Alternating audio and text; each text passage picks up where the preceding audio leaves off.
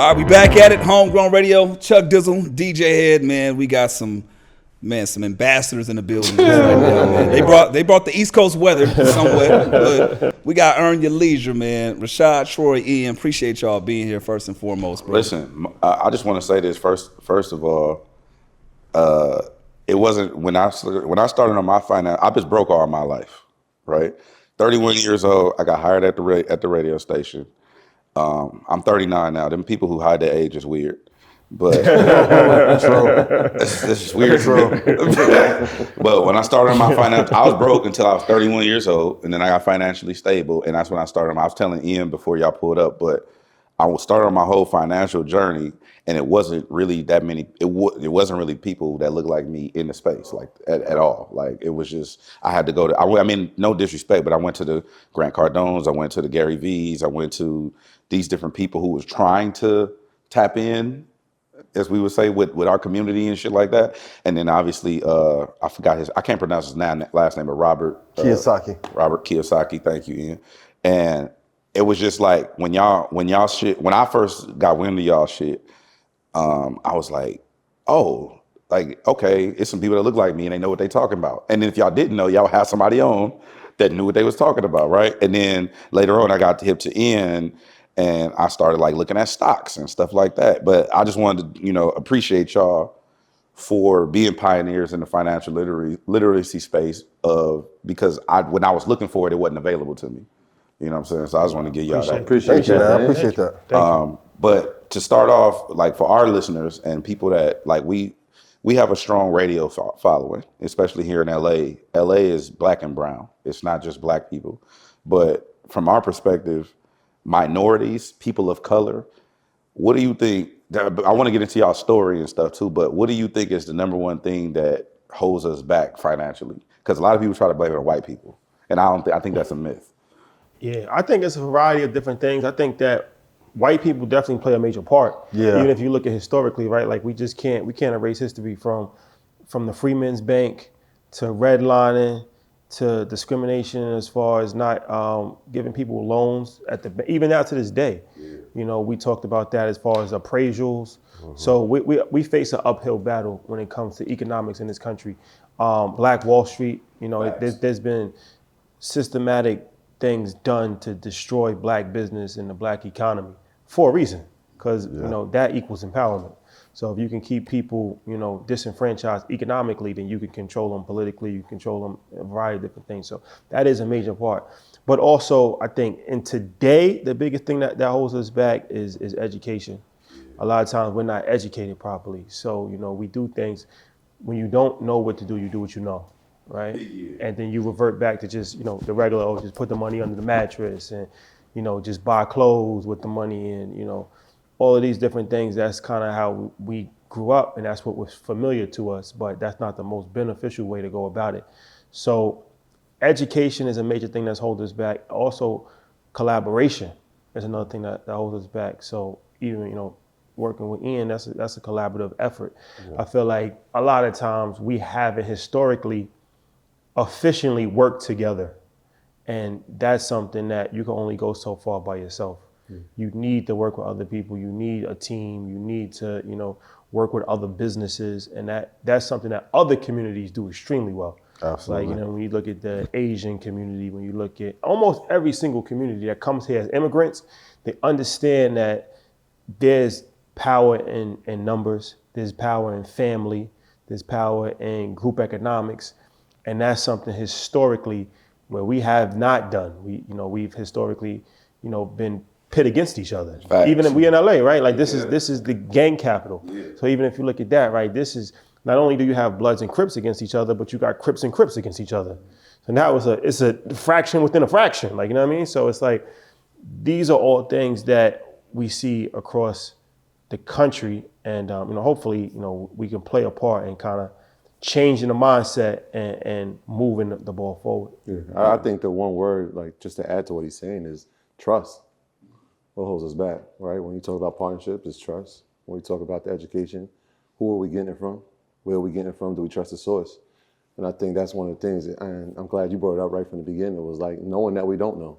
Facts. Right? Knowing that we don't know, but finding somebody that does, right? And so if we bring more people that look like us to the forefront, there's a trust factor there. Like even like when he was talking about the Freeman break, like there's financial trauma that we have in our communities. Like we can't hide from it. It's obvious, right? And that's where the trust gets broken. And so when you see guys like us coming through and it's like, we're giving the information, we're not even asking for anything in return.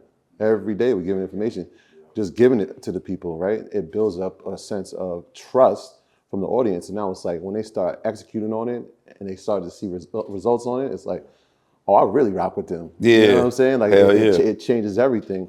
But now they feed it to other people. You know what I'm saying? So now we're building up the trust in the community. Now it feels like, oh, we got a chance at this, right? But I think everything he said, to paraphrase, I think the one thing is the trust that holds us back. Yeah, and to piggyback off him is execution. My favorite exercise. What's the number one computer company in the world? Apple, What's the number one electronic vehicle company in the world? Tesla, Number one shoemaker in the world. Nike. Can't tell me that we buy all of this shit and make companies grow and we elevate every brand, Black Twitter, Instagram, Gucci, Louis, and don't know what to invest in. Facts. Like we can buy everything, but then be afraid to hit the button and then own the company. You know what's crazy is the reason why I got started in stocks is because of a girl. I was laying in bed with this girl, right? Good night. She was great. She said, so was our investment advice, right? Stellar performance. Show me your portfolio. She went the other one. Diversify your funds. Yeah, we'll diversify this. But I'm laying there and she was like looking at this app and I'm like, what are you doing? She's like, I'm checking my stocks. I'm like, you got stocks? That's white people shit. Again, financial trauma, right? Yeah. I'm like, that's white people shit. She was like, what you mean? Like, I got stocks. I'm like, how do you even know how to do that? She was like, I just got into it. And I'm like, what, where? She said, every time I want to go buy myself something nice, designer good, Gucci, Louis, whatever. She's like, instead of taking that money and buying a belt or a bag, I go buy stock in the company. And then I go to the club and I see the girl with the bag or the belt. I'm like, good looking out, bitch. And I'm like, that's fire. And that changed my life, bro. That one moment, I downloaded Robinhood and she showed me how to work. And I'm like, because what she said, it was some basic, how it'd be the simplest thing. Yeah. But what she said to me, bro, I don't need much. Yeah. I just need a little bit. You know what I'm saying? When she gave me that, bro, I've been in this wormhole and I be putting them on, like, I just been going down this whole wormhole of like, oh my God, this is crazy. Yeah. Ladies, make love to your man and teach him how to invest at the same time. This is the perfect thing. No, it changed your perspective. Changed my perspective. All it took was one moment, right? So like, even for like somebody that's seen us, it might have took just one episode and it was like, wait, now I see everything different. And once you see one thing, it's like, it is a rabbit hole. Like now you got to find out more. Like, wait, all this was being hidden for me? It's just unspoken language. It was like, we always talk about like financial literacy, but the key now is like, we're able to understand it, but can we speak it? Right? So once you start going down communicate in that world. Yeah, now it's more than just literacy. It's financial fluency. Facts. You know what I'm saying? Like that's what we're getting at with this now. Dude, I want to go dive into y'all because I know the story kind of. Like y'all started with the iPhones. And it was like how ghetto was the setup with y'all? No, we're not gonna put ghetto around the word because it was definitely my dining room. Well, it was a nice. Let's ghetto about that. So it was a Maplewood table. Yeah. Mahogany. No. Yeah. So was it Rashad? Was it Troy? Like what made y'all decide this is what we're doing and this is where we're trying to go with it? And like who came up with the idea? Like. Yeah. I think there's two parts to the story.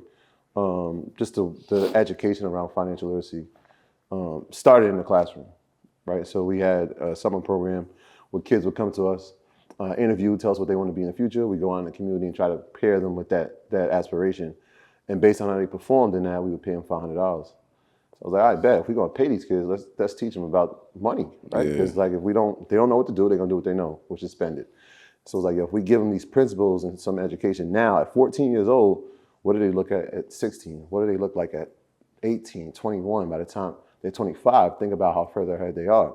So I was like, I bet this is what we're gonna do. I was like, yo, you should come in and do it. And he was starting his financial advising career. It was like, perfect. Like we'll learn from each other, right? Like I'll teach him how to create lesson plans. He's gonna teach me about the finances because he was my financial advisor at the time. I was like, oh, this is perfect chemistry. And my vision was like, yo, everybody loved the program. Like even like you hearing it, you're like, damn, that would be dope for my 14-year-old. And I was like, yo, how do I scale this? I gotta figure out how to put this in different communities. And I was just sitting there like, yeah, I don't know. And he came in, he had the vision. He saw, one of our close friends, like my sister, she was doing social media, but she was doing it in her classrooms. In that moment, he was just like, yo, tape everything. Tape everything. So that's the first part of the story. I let him tell the social media part, because that was pretty much his vision.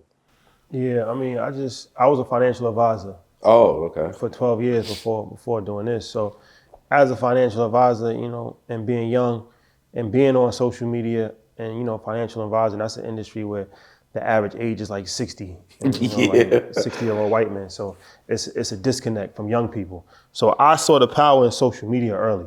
Like when this is like 2014, 2015, when I really started to look at social media differently, where at that time there was no term of influencer. It didn't exist. Yeah. Everybody was just going on Instagram and just for having fun, like just putting pictures up. It might have even been before videos, like, it was just pictures, and it was just like you just catch a vibe, talk to some girls, whatever. But I saw like you can use it for not only business, but you can use it to actually build your own personal profile. And I was like, all right, well, you could become like a celebrity chef, a celebrity trainer, a celebrity whatever. Like you could probably even become a celebrity financial advisor.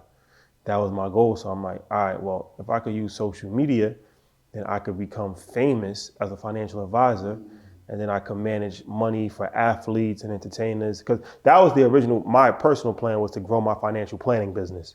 And I wanted to be like a celebrity financial advisor, write books, travel the world, work with athletes, whatever. So social media was going to be the way for me to gain awareness for that. So at the time, we was doing a variety of different things. So we were teaching in the classroom. I was working as a financial advisor. I also had a public access show. I was going on other people's shows. I was doing different types of video about like life insurance, just throwing different stuff at the wall on social media, putting different type of content, writing articles. And a lot of it started to pick up traction. And the social media, my personal social media page started to grow. And one of the things that was really catching people's attention was like going on other people's shows like this. I would set like an iPhone up, like right here, and I would just talk. And then I would just put the clip. I edited it myself and put the clip on Instagram. And people thought that those clips was from my show. So they're like, where can I watch this full episode? And I would like redirect them, like go to this person, go to this. So they like, finally people like, yo, do you have a podcast? Like, where do you have where can I watch your show? And there was one clip in particular about 50 Cent vitamin water deal, where it kind of broke that down, and that went like semi-viral online. And it's actually ironic because Wallow called me, and this is before they had a show. And he just DM'd me randomly, and we spoke for like 4 hours. And he was telling me like, yo, you gotta have a show, da-da-da, this is what you gotta do. Good morning. Hello. Yeah. So finally, it was time to really have a show. Shout out to Wallow. Yeah, shout out to Wallow and Gilly. So, I hit Troy. It was a natural choice for us to work together for a show because we had the chemistry already outside of the classroom. Like we was already best friends for like, 20 years. Like we grew up together.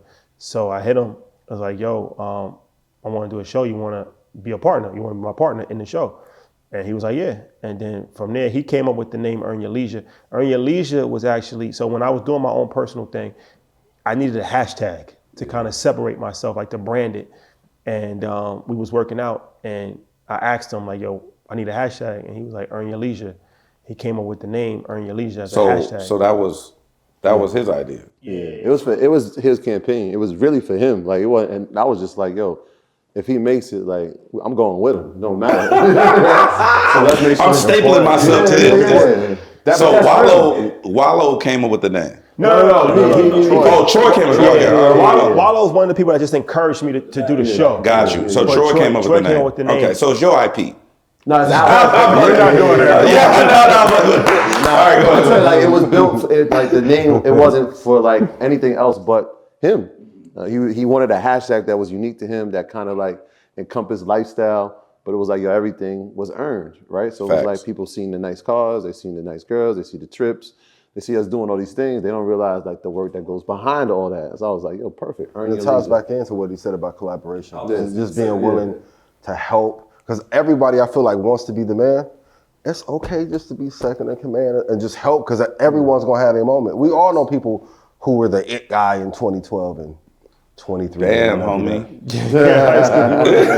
But the great thing is I really never really liked the name. So I was using it, and the name, as soon as I started using it, everybody was like, they're like, yo, what is Earn Your Leisure? Is that a network marketing thing? Like, everybody kept asking me about it, and then like I would click the hashtag, and I saw other people started using that. Like somebody was in Dominican Republic on vacation, like Earn Your Leisure. It's being a travel thing. And so they just took it, like people just started taking the hashtag. Yeah, so I'm just crazy. like, but I stopped.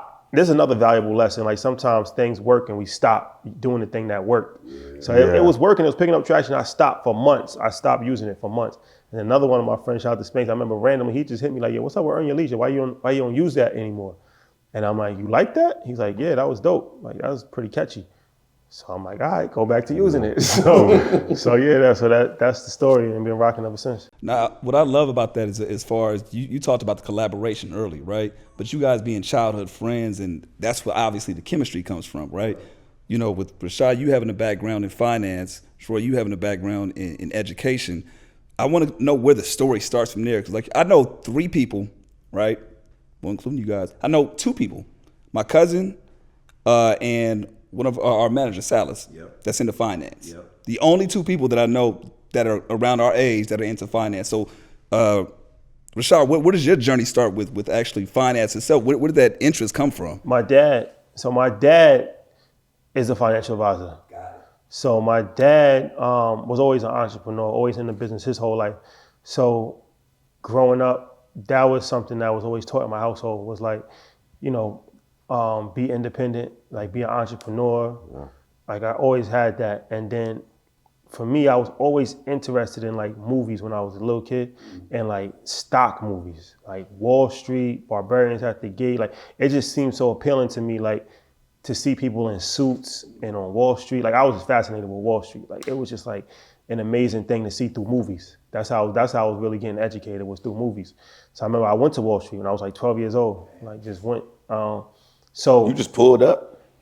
Well, actually, Back then you can visit easily. that's a fact. Nah, the crazy thing is, so my dad took me. Okay. Because I told him I wanted to go, so he took me. But yeah, back then you could go. Because now, ever since 9/11, it changed. Hell yeah. Okay, so that was a different time. Because I'm like thinking you just could go pull up. Yeah, so back then you could actually, you go anywhere in that lower Manhattan area now. They own you. Yeah, the cops, you got to barricade, all of that type of stuff. But back then it was a lot less restrictive. But to answer your question, that's where it started from early. Like I always was interested in business my whole entire life. I never wanted to work a regular job. I always was interested in investing. I didn't have it figured out, but I knew that I always wanted to. And then I read Rich Dad Poor Dad when I was 18. That changed my life also. That changed my life, bro. Did you ever have a regular job? Even though you never I wanted worked at a camp. I don't really consider that a job. Like when I said I never had a job, I never had like a real job as an adult. Worked at a camp for 1 year, and then I did work at Target during summer when I was in college. How many days? Like 3. That don't count, bro. Yeah. Like, knock that off. That needs to be expunged. I took a 2-hour lunch break. Never came back. I did come back, but I took a 2-hour lunch break. Okay, from moving forward, that can't be the narrative. You didn't have a job at Target. Well, that's what I'm saying. You was there for 3 days? But no, I'm just saying as far as working. No, it don't. Wow. It don't. Oh, I also worked at a summer league when I was in college too. So jobs, but I never really had like a real job ever. Gotcha. Like I was working like, summer camp 1 year, a summer league 1 year, Target for 3 days. But you always knew finance was going to be the thing, even from an early age, even from the interest and things as the early age. What about you? So for education? Finance? Yeah, I mean, education, I just felt like it was my spiritual gift, to be honest with you. It was like at the same camp that pretty much everybody in our community worked at. It was, you were watching kids. That just became something that was supernatural to me. I was like, what can I do with this? Like, I love doing this, but like, how can I pair it with like sports, which I was obsessed with? So I was like, all right, well, I'll teach phys ed. Because my phys ed teacher in high school told me he made $150,000. For real? Yeah. At what school? I'm telling you, I was a senior in high school. He told me he made $150,000. I said, yo, I'm gonna be a phys ed teacher. I'm like, he's making more than my dad. And this is not even today. This is like 98.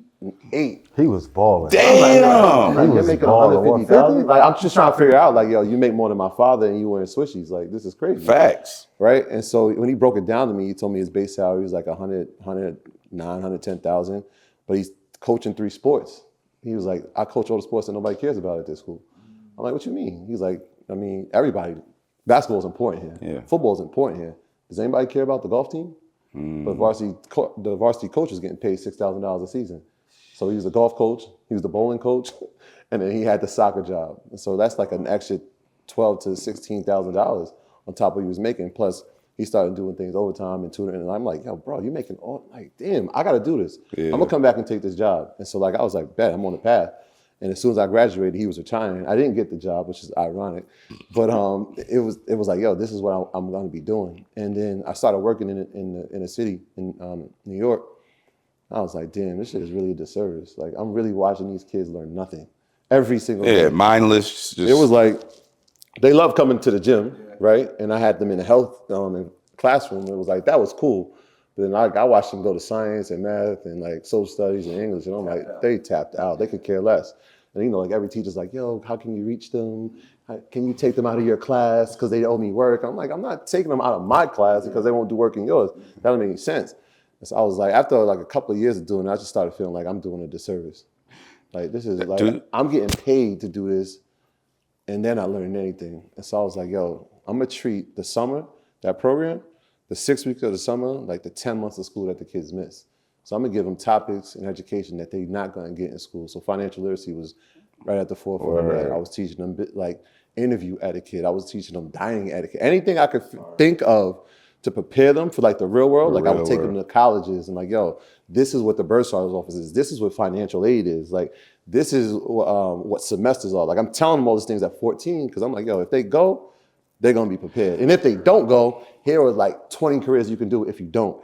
I'm with you on the sense that, like, I think that our system is not preparing people for the real world, and I think it's really a very flawed system. Yeah. Like, I'm the chairman of the board for the Boys and Girls Club here in Metro in Los Angeles, and I'll go to schools and talk to kids all the time, and I'll just be telling them real shit, and a lot of times it goes left, you know, with the teachers. I'm like, look, college ain't for everybody, and this is during the college fair. You know what I'm saying? They're gonna love you for it. And I'm telling them the truth. Like, yeah, Mr. Drake, we're not gonna have you come. I'm speaking at a school next week, and the thing is, like, I do this because I feel like I was robbed of that, and I didn't get it back until I went on my journey when I started getting into books, and like, when you want to hire something from a nigga, put it in a book. So I started getting into books, and that's when I really took my own shit back. That's how I feel. You know what I mean? So I really feel like that approach needs to be more implemented because who needs to know what an isosceles triangle is right now? You know what I'm saying? I need to know what Ian knows. You know what I'm saying? I don't need to know. But anyway, I'm sorry. I'm going on a tangent. But what you're saying is real because and Ab said he's with us. He was with me in the program. But what we realized was like the kids actually liked it. Like they didn't want the program to end. So it was my first educational experience where the kids actually wanted to be there. Like outside of them getting the money, they just wanted to be in that environment of what they were like learning, and it was enjoyable. You know what I mean? And that was like, oh. What was the schools saying? Like as you're setting this up, were you met with resistance and setting up the program? So it was just it was housed inside of our high school, but it was run through the community center, right? And so like they gave us the bare minimum. Like it was like a blank sheet of paper, go create. And so like we go to the class. We was in a band room. Like when you watch those videos that he puts up, that's literally the band room of our old high school. They gave us like, yo, the cafeteria tables are in there. Here's like some loose leaf paper, a couple binders and a pen. Have fun. Good luck. Yeah. But the last thing, I think you had a question for Ian. Before this, the last thing we'll say about this, it's ironic because one of the things that made us real popular is like how we dress. Like we dress however we want. We might wear a 3-piece suit, but most of the time we wear. I seen y'all at the brunch. Most of the time we wearing t-shirts and hoodies and sneakers, and that's something that has gained us mass appeal, millions of people. So when we was doing the program, and I was teaching financial, I used to come in for an hour every week to teach a financial literacy class during the summertime. And it's hot. It's like 80 to 90 degrees in New York. So I would come however I wanted to come. And I would come like flip-flops, t-shirt, jeans, whatever. And it was working. And somebody that was in leadership at the time of the center, and they was like, I stopped doing it because they actually was like, it's an issue with how he's dressing. Yeah. You in there in the chanclas? We call them chanclas in LA. They called me into a meeting. For real? Yeah, they came to observe. There was some white people. They called me. You know what they mean. They called me into a meeting. They was like, "Yo, we came to observe the financial literacy piece, and this guy's wearing a tank top and flip flops." Yeah. I don't really think that's appropriate to dress. I said, I'm not really asking you because what he's saying is more important than what he's wearing. Facts. And the fact that you took that glimpse, that means that you don't understand what's happening. They're like, well, can he? I'm like, no. I said, are you paying him to come? Like he was doing that just because it was me, right? Like I'm like, yo, I just need an hour, bro. Yeah. Just give me an hour. You know what I'm saying? Like we wasn't paying him to do that. He was coming in on the strength, like, yo, he can help these kids out. And obviously I'm asking him, but like you're not paying him. So why should you dictate what he comes in? And they just had this, they didn't have the mindset that we were having at the same time. So we kind of didn't see eye to eye on it to the point it was like, yo, when Earn Your Leisure was starting, I was like, look, we got a network of resources. Like, it's gonna sound crazy now what I'm about to say, but like, I got a network of resources. This thing is about to change the world. I wanna incorporate the program and have the people like we interview come in and talk to the kids. And they were like, we got a different vision. I think we're gonna hire one of our full-time employees to run that program. I wonder what he looking at Atlanta like, damn, damn, I want to be like, on Earn Your Leisure. I was like, I guess. But the importance of this, because this is how it ties into Ian, it was like, that financial education piece, like I'm coming from a different career path, right? But I'm that type of guy that's like, I never want to be left out the conversation. It's like, if you're talking about stocks, I need to go learn it. Facts. Because we're going to have a conversation. So like, even with him, like, he talks about futures. I got to go learn that. Because he might have a conversation in not this the room. rapper. Right? He might have a conversation in this room, and I can't be part of it. It's going to kill me if I can't Eat you up. Yeah, it's going to be like, nah, bro, these dudes, they talking about, I don't know this? Nah. I'm going to come back. I'm going to go read. I'm going to do my research. And now I'm going to let him know that, yo, bro, I know what you're talking about. I want to get into your background, but I want to say something about what you said, Rashad, about how you was coming in. And I think that every now and then you'll get people who get it. Every now and then you'll get somebody who like, oh, let's take a chance on this. Let's make it work. And I think that to their credit, like even it's a dude named Patrick Mahoney. He's the CEO of the Boys and Girls Club. And he's like, yeah, I watch your stuff. I know you have a mouth on you. Like you talk. He was like, and you wear your hat. You don't believe in suits. You want to wear sweats every day. He's like, but you are what the kids are.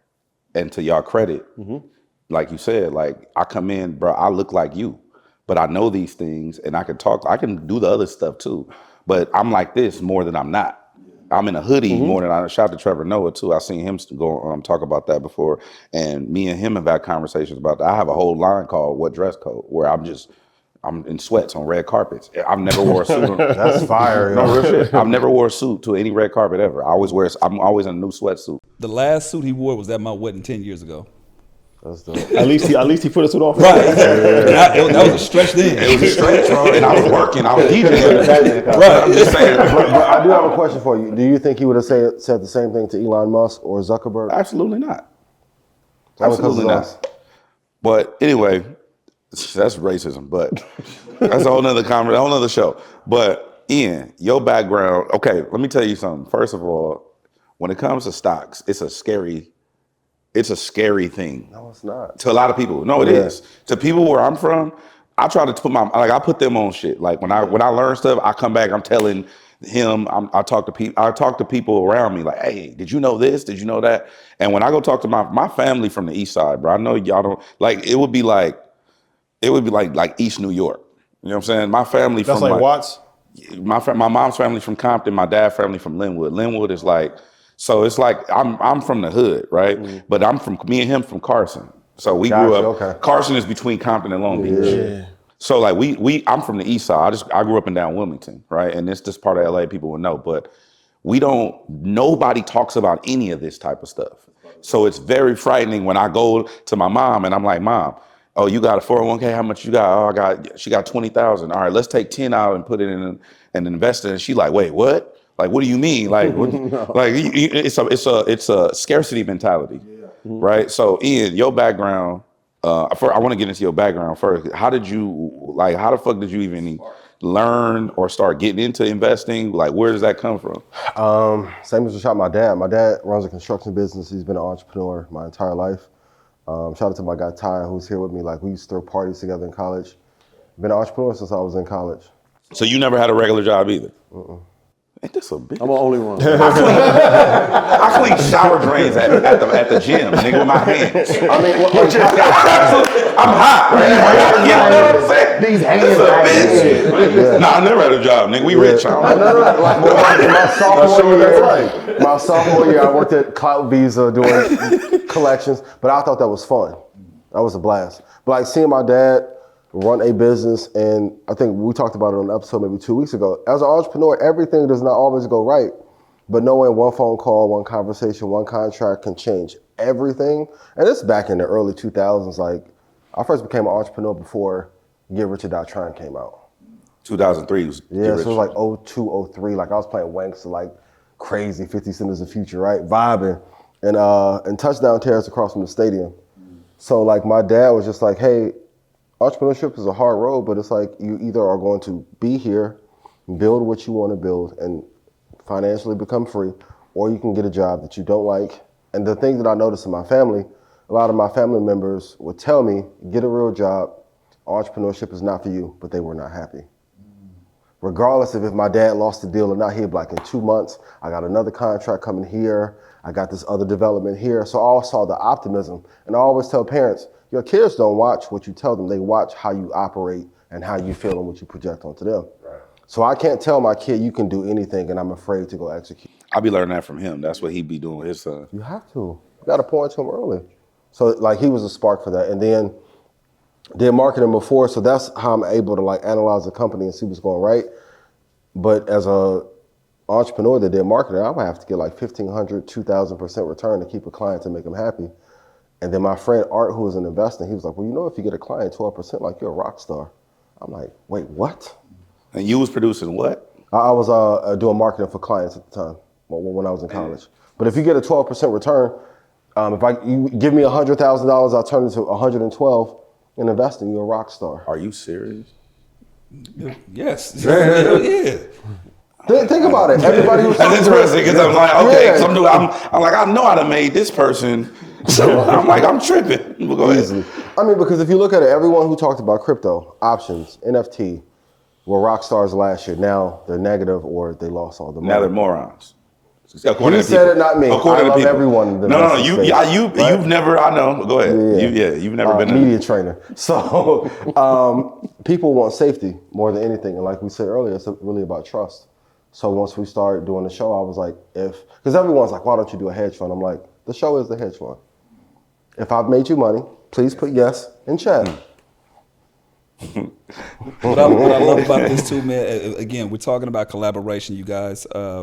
Start the show up, get some episodes deep in there. You guys, you interview, obviously, you guys incorporate him into the Market Mondays and even the businesses that you guys have had. You know what I'm saying? It started off with EYL vending, EYL trucking, even the merch. Why was University? University. Why was that such an important piece? I need a discount on the membership, by the way. I was on the website. I'm like, I got to call Rashad. I need to use nepotism because I need a discount. Join the 10,000 members. But why was that important to not only just interview people, right, and have them on the platform to discuss the information, but also implement, execute, like you were saying, on some of the things that you guys are talking about? Yeah, I mean, I think, one of the things we're having a show is it's a great networking tool, right? So you get to meet the brightest minds. And we've been able to meet the brightest minds in the world, right? You're talking about, we've been able to interview Mark Cuban and Robert Smith and different things of that nature. So, I mean, you'd be doing yourself a disservice if you didn't use those relationships, not only just for information, but for business partnerships as well. So like Market Mondays. So Earn Your Leisure obviously came out the gate and it was extremely successful, right? So you're like, all right, we kind of have a formula here, but this is only one show. Yeah. So we wanted to create a network and have a variety of different shows. So we did his episode, and his episode was doing well. And put a post on Instagram. My thirsty ass got them comments fast. But it goes, you gotta shoot your shot in business. He was like, anybody wanna do a podcast? Yes. I could have been proud for him, like, I'm gonna wait for him to come to me. No, let's do it. Yeah, that's a fact. That's how it happened. And then we it didn't really take too much longer than that. Like he said he wanted to do it. I got a text. We like, yo, let's do it. 2 weeks later. We spoke. Yeah. And him being in Houston, obviously us being in New York, we couldn't do it in person. So like, all right, let's do it on Zoom and have a live show aspect of it. And have people call in and people, and then so that was a lot different from. And in the time period too. So it's the pandemic. So everybody's everybody's at the house. virtual. Because at first it's like, we were doing those things. We were meeting people. He flew to my house to do his interview. But now it's like nobody can fly anywhere, and everybody The same mahogany table. Mahogany table. I think we had cameras. Yeah, but it goes to show, like, a lot of times we want the perfect equipment, right? I want the mic that Kendrick used to record Good Kid, Mad City. Start. It's not best to even, probably at the time, to have recorded on Zoom, but it was like, let's just start and be consistent. And to be very honest, majority of people that we end up racing past, we did so only because of the consistency and being there no matter. Like, I had COVID, he's had COVID, show still went on. Shawty like, you want to take off? I'm like, nah, I'm going to just Jordan flew this one. And I think, like, show up. But what's dope to me though about what y'all build with Market Monday, it's not even about the show, and it's not about what the information. It's about the community, because y'all have cultivated such a community around Market Monday. Even the extensions of EYL. Like I'm on Ash Cash. Like, you know what I'm saying? Shout out to Ash Cash. I've been on him since like 2009. He was 2010. Early. So when you guys brought him on, I'm like, that's a good ass look. And sure. I just think that like the network that it is of all these different components that come together and make information like cool and fun and engaging and stuff like that. Even when the way y'all do the Zooms, it doesn't feel like I'm getting shortchanged. Yeah. You know what I'm saying? Because I'll tune in live and then I'll go back and watch the recaps, and I'm like, I don't feel like, oh, this is y'all mailing it in. I don't know. Mailing it in. You know what I'm saying? You bring up a good point, because Market Monday, it is a community. So that's something else. It's a community, because it's like people carve it into their schedule. Mm-hmm. It's like, all right, 8 o'clock Monday, I'm gonna eat dinner. I'm gonna be watching Market Mondays. I'm gonna say something crazy in a comment. Like, you know what I'm saying? It's part of your daily. Or like my man Tabidi, he'd be like, yo, I only watch it on Wednesday, because I don't have time on Monday. So I know every Wednesday at this time I'm gonna watch the rerun. Like, so it's like the Market Mondays community has grown into its own, like, you know what I'm saying, it's a cultural phenomenon within itself. See people at the airport, I watch it every Monday, and and you know, people have their kids watching it with them, and because it's a mix of education, but also current events, entertainment. It's live, so the live is always adds a different aspect to anything when it's live. So it's just a feel where it's like, it'd be crazy. So it's comedy, it's some comedy into it. So it's like everything that we love all bundled together in a productive packaging, and you don't. It's dope. So I want to get to the money, but and investing and stuff like that. But I just got one question, because we do live. We've been doing live radio a long time. Okay, and you get all kind of characters during the Zoom wave. I know you guys, hey, take yourself off mute. You've been unmuted, right? That's like ingratiating the mama. Fridge break. I should have traded like that. Yeah. Okay. Take yourself off mute. You've been unmuted, right? You remember when all these people was going viral because they didn't know how to work Zoom, and they were naked and people was fucking, and it was just like, have you guys ever had that on the stream where you took somebody It's no video. Just audio. Okay, audio. so you've never done the video thing. No. Okay, so it's all okay. Yeah, no. Okay, so everybody's camera's off. Yeah, it's just the audio. Was that guests? No, the guests put their cameras on. No, that's what I'm talking about. The guests. No. If you're a guest, you know that. You know what I'm saying? Right. So some crazy shit does happen. Anything can happen. Bro, I know one celebrity in particular who didn't really, when the Zoom thing happened. By the way, I invested in the Zoom type of pandemic. But anyway, Who said that? because when we all started, we went to Zoom. Big Boy, everybody, the Breakfast Club, everybody was on Zoom. I'm like, designer. Okay, let me go. I went and got some Zoom stock, you know what I'm saying? And I didn't get out in time, but anyway. You have my number. I fucked up. We all do. No, it did not make me money. Okay, but I just know that like things go crazy when it's live. So I know for a fact that there's been things that we've put on the air that were questionable when you do live shit. So that's why I was asking if y'all ever had anything crazy. I think the craziest thing we ever had was the technical issues. Like there was one episode where our mics just were not working. Me and Shadi were not working, and we had a guest, and we just was sitting there watching. Oh, Ian. Shot Bottom, yeah. And Shotty face was tight. We watching Ian do the whole interview, and we just sitting there like. But it goes to being, I mean, but these things happen because it's live. We're We're trying to figure things out. Yeah, and then also too, like it prepares you, like for what we're doing now with the live shows. Like now you get to engage with the audience. That built the foundation to be able to like actually do a live show in person. Yeah. So you'll deal with the technical issues, and if you fumble, you still have to recover. And I think the greatest thing is like if you mess up, just say it. The audience will embrace it. Like even when I come out and be like, "Hey man, I'm nervous as hell," they be like, "No, we rock with you." Like just being vulnerable. Yeah. Allows them to embrace you and like lift you up in those moments of vulnerability. There was one thing that happened. What happened?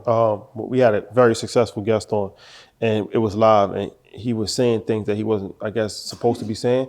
So his team in real time, they was hitting our team like, yo, can you cut him off? Get him off. Tell him stop. He was talking that talk Get him too. off. Yeah. He was telling too much truth. Stop him now. Don't ask him another question. Get him off the air. Oh, get him off right now. Like get him off. Like pull him out. Yeah. Oh shit. Or like switch topics. Like they was trying to communicate, like, but it's a live show. Yeah. So, but yeah, that was kind of a crazy situation. It was a classic episode too. Yeah. Please stop. What I love about that too, man, because even on one of the most recent episodes, I think the camera was messing up or something like that, right? But that I think that what that does, it encourages the audience. No matter where you're at, you can start at any point. Don't worry about your equipment. Just do it. Just go. You're gonna have hiccups. You're gonna have hangups. Just keep on going. It's the imperfect actions that we were talking about. So like whether his camera zooms in on him or it might be randomly, right? And who wants that? Or we're blurry, or like, yo, my Wi-Fi. I remember we were doing one episode, and I guess our kids, like he brought his son over, and my kids were like right above us, but they all on their iPads. Oh yeah, right? The So Wi-Fi. they're using the Wi-Fi. Oh, killing the bandwidth. Yeah. Oh, look you. I'm turning the camera off. I'm going upstairs. Turn it off. Go upstairs. These things happen, and it's like you just gotta adjust. But they appreciate that because it's like, yo, nothing's perfect. In fact, if it started perfect, then these things would feel like, oh my gosh, can you believe this happened? But now, like, yo, we do make mistakes and we do have some technical issues, but we never stop. Yeah. We just keep going. And I think there's been some endearing moments too, like when your sons come on, kids come, like Xander come in, waves, like that's amazing to even have those moments. 'Cause I think in this era, everyone wants to have such a perfect image. I think the brands that are going to do the best over the next 5 or 10 years, it shows those vulnerabilities of like ups and downs. You can't just show the highlights. Yeah. We never know when Ian gonna drink pineapple juice. Never know. That's like I did last night. Okay. Time to pivot. Let's get to the money. Real estate. I know you all have had different investments and thoughts and stuff like that. And Ian has his thoughts about crypto. They have been correct. We're gonna get to that. Yes. But real estate, to me, I got my mom's house in 2018, and then I bought my house in 2019. That's fire. And I lived in a shoebox. I was just stacking. And y'all familiar with that because y'all from New York. But I lived in a shoebox, and when I got my mom's crib, I was like, oh shit, okay, cool. And I still didn't fully understand, right? Because when you do it, you just go through it. You do the paperwork and you're like, okay. And I did it all in her name because I was smart enough to know that I needed FHA to get my shit and I couldn't be attached to this. I knew but I had been training myself since 2016. So for 2 years, I just did nothing but research, right? So then I built my credit up and I did all the things.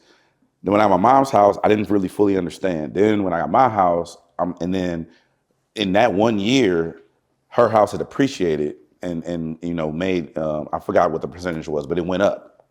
And that's when I understood why they have all the money and we don't. Because it's like, between my house and her house in 3 years, I made more from real estate and with 2 properties than I did working at iHeart. You know what I'm saying? And it was like, what the fuck is like, why nobody told me? Now I feel robbed again. Now I'm upset, right? And so that's when I went on this rampage and I'm blowing the group chat up, killing niggas. Like, hey, you know what I'm saying? Like, so from your perspective, is real estate the thing, or is it investments? Is it IRAs? Is it stocks? Like, what's the thing that people should? If I can only pick one, I can't do everything. I have to do one thing. We have to stop doing. I'm gonna answer the question, but we have to stop saying either or, because the answer is both, because they're tied together. It's like, would you rather have your left arm or right arm? I want both. I want both too, but like any investment class that holds its weight, over any 10-year period or 30-year period goes up a significant amount. And real estate and the stock market actually tend to pace at the same rate. So pick the one that you love the most. I would say one of the biggest mistakes with my dad being in construction that I've made is being underinvested in real estate. So when people are like, hey, I haven't invested in stocks, I'm like, I get it, because I had my dad since a kid telling me to do it, and I didn't do it. But I do love real estate. I have a proclivity for the stock market, but they're tied together. So if you have to pick one, pick the one that you love the most, and you'll put the most attention and energy into. And even on our shows, Market Mondays, we've always had real estate as part of the show, the live show. So the first show we did at the Apollo, we had MG the Mortgage Guy come out and talk about real estate. Second show we did at Houston, we had Chris Senegal talking about real estate. The last show we just did at MSG, we had Don Peebles talking about real estate. Legendary. It's a surprise, but we got somebody in LA talking about real estate tomorrow. So it's important because you got to tie them together. They're together. They're together. So it's not either or at all. I asked a similar question to Robert Smith about like, what are the areas of focus in technology? And I'm listing all the things, and he was like, the answer is yes. All of them. Yeah. All of them. It's just that I know, so I'm not trying to say that what we do as podcasters, as content creators, as curators in general, right, of culture. But it is a level of eliteness that comes with that, because you have to know how to work the podcast app. You have to know how to work YouTube. And we're used to ground level people who just don't know anything. Mm-hmm. And what I'm saying is, to those people, like, how do you get them from, like, my mom, she has all her passwords in a note on her iPhone. Me too. That's crazy. My mom still got it on paper. That's insane. That's insane. Yeah. In a world of password managers and iCloud keychain and just, it's so many things that I'm the most technologically advanced person in my family, and I'm on everything. I've got NFTs, crypto, I'm on all this shit, right?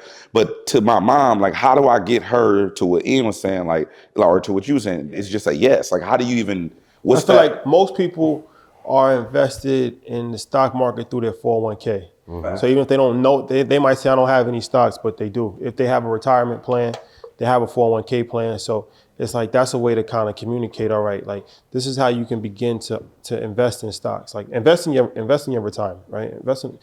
Put money into your 401k. Get an IRA if you don't have a 401k. Like, start there, right? And then from there, you can do with small pieces, like $100 a month, $200. It don't have to be something crazy, because that's intimidating for a lot of people, right? And then with the real estate, as far as how to get them started in real estate, everybody has to live somewhere. So you either own where you live or you rent where you live, but you're gonna live somewhere, right? So it's like, all right, well, what's the steps to try to own the place that you live? Let's start there. Before building out a portfolio, before trying to have 100 doors, like, let's take the steps to, like, do you have to go through the NACA program? Do you have to do the FHA? What's a 203K? Yeah. How can you find a way to own where you're currently living? Or the house that you're living in. Yeah, or another house. Like, area. Yeah, wherever you're gonna live, just try to go, because it's a process to buy a home. And that's the thing, like, the real estate is so crazy because it's probably the biggest purchase and the biggest asset that anybody's gonna have in their life for the most part. Yeah. And there's no education on buying a home. So it's like, just even buying a home is a process. You got to know, okay, I got to have my tax returns. I got to have this amount of money in the bank. I got to have an attorney. I got, like, all of this different stuff. And it's like, if you don't have any education on that, if your parents didn't own a home, you don't have any idea what you're doing, right? Yeah. So that's intimidating. It's easier to rent. You can just go outside, okay, fill out the paper, credit score, and they want to accept you or they're not going to accept you, right? Yeah. So even from, a lot of times, people don't buy homes because of just the education barrier and the wherewithal. They might actually have enough money to buy a home. They might actually be able to purchase a home, but it's just so much easier and more convenient to rent. It's like, all right, I need to live somewhere next week. You know what I'm saying? I'm just gonna rent this and then once you get in that vibe, it's comfortable. They're gonna raise your rent, but you're comfortable, right? You never have to put the down payment down. If something breaks, you just call the landlord. It's more of a comfortable vibe than being a homeowner. Yeah, it's like it's the education and the demonstration of it, right? So like most people, especially in New York, man, you talk about some of the rents that they're paying. Had they known that that's really a mortgage, probably plus $1,000, right? It's just that they like, oh, I don't have the money for the down payment. But if you knew the programs that existed, right? Like I learned about NACA through y'all. Exactly. You know what I'm saying? Like if you know those things, then you're like, wait, I can qualify to that. Are you willing to go through the process of being educated on that program and getting through that program? Don't you think there's a level of laziness that comes with Of course, that? that's what I said. Absolutely. Wherewithal. Absolutely. It's not just like, yo, oh, that's a great program. Like, are you fit to go through what it takes to be in that program? Like even us right now, we're getting a home. Yo, this has been like a 9-month process, right? We bought land in a building on the land. They haven't cut a tree yet. It's been 9 months. I'm paying 2 mortgages. It's a process, even for us, right? But yo, I'm in it for the long haul. I understand the education process through it. I understand the steps. Now, my job is to say, and that's why I said the demonstration, we're doing it, and now we're going, this is the demonstration, but now we get to educate about this process And also, to everybody. Yeah, also once you have the information, like let's say for your mom, do it for her. I did. Yeah, but She wasn't going to do it. and that's the penalty. I always say with my guy Todd, the penalty of leadership. Like sometimes you have to take people and just do it for them. My son didn't ask me to put any money away for his college fund. College fund is taken care of already. He has enough money that if he does not have to want to work, does not have to work. He didn't ask me to do that. Now I did also teach him how to invest, how to trade, start very early. But it was my responsibility to help. And you know how it is, like especially in our community, when you're black and you become financially free, now you're responsible for 15 other people that you had no clue that you have financial children you have to look out for, and some may be your elders. We have to operate in grace because we have to really realize, like, prior to my first financial inspirations was like Tupac's chain at the MTV Awards, Crazy. Nas's chains, and Jay-Z. Prior for real to 92, there was no black money talk. Facts.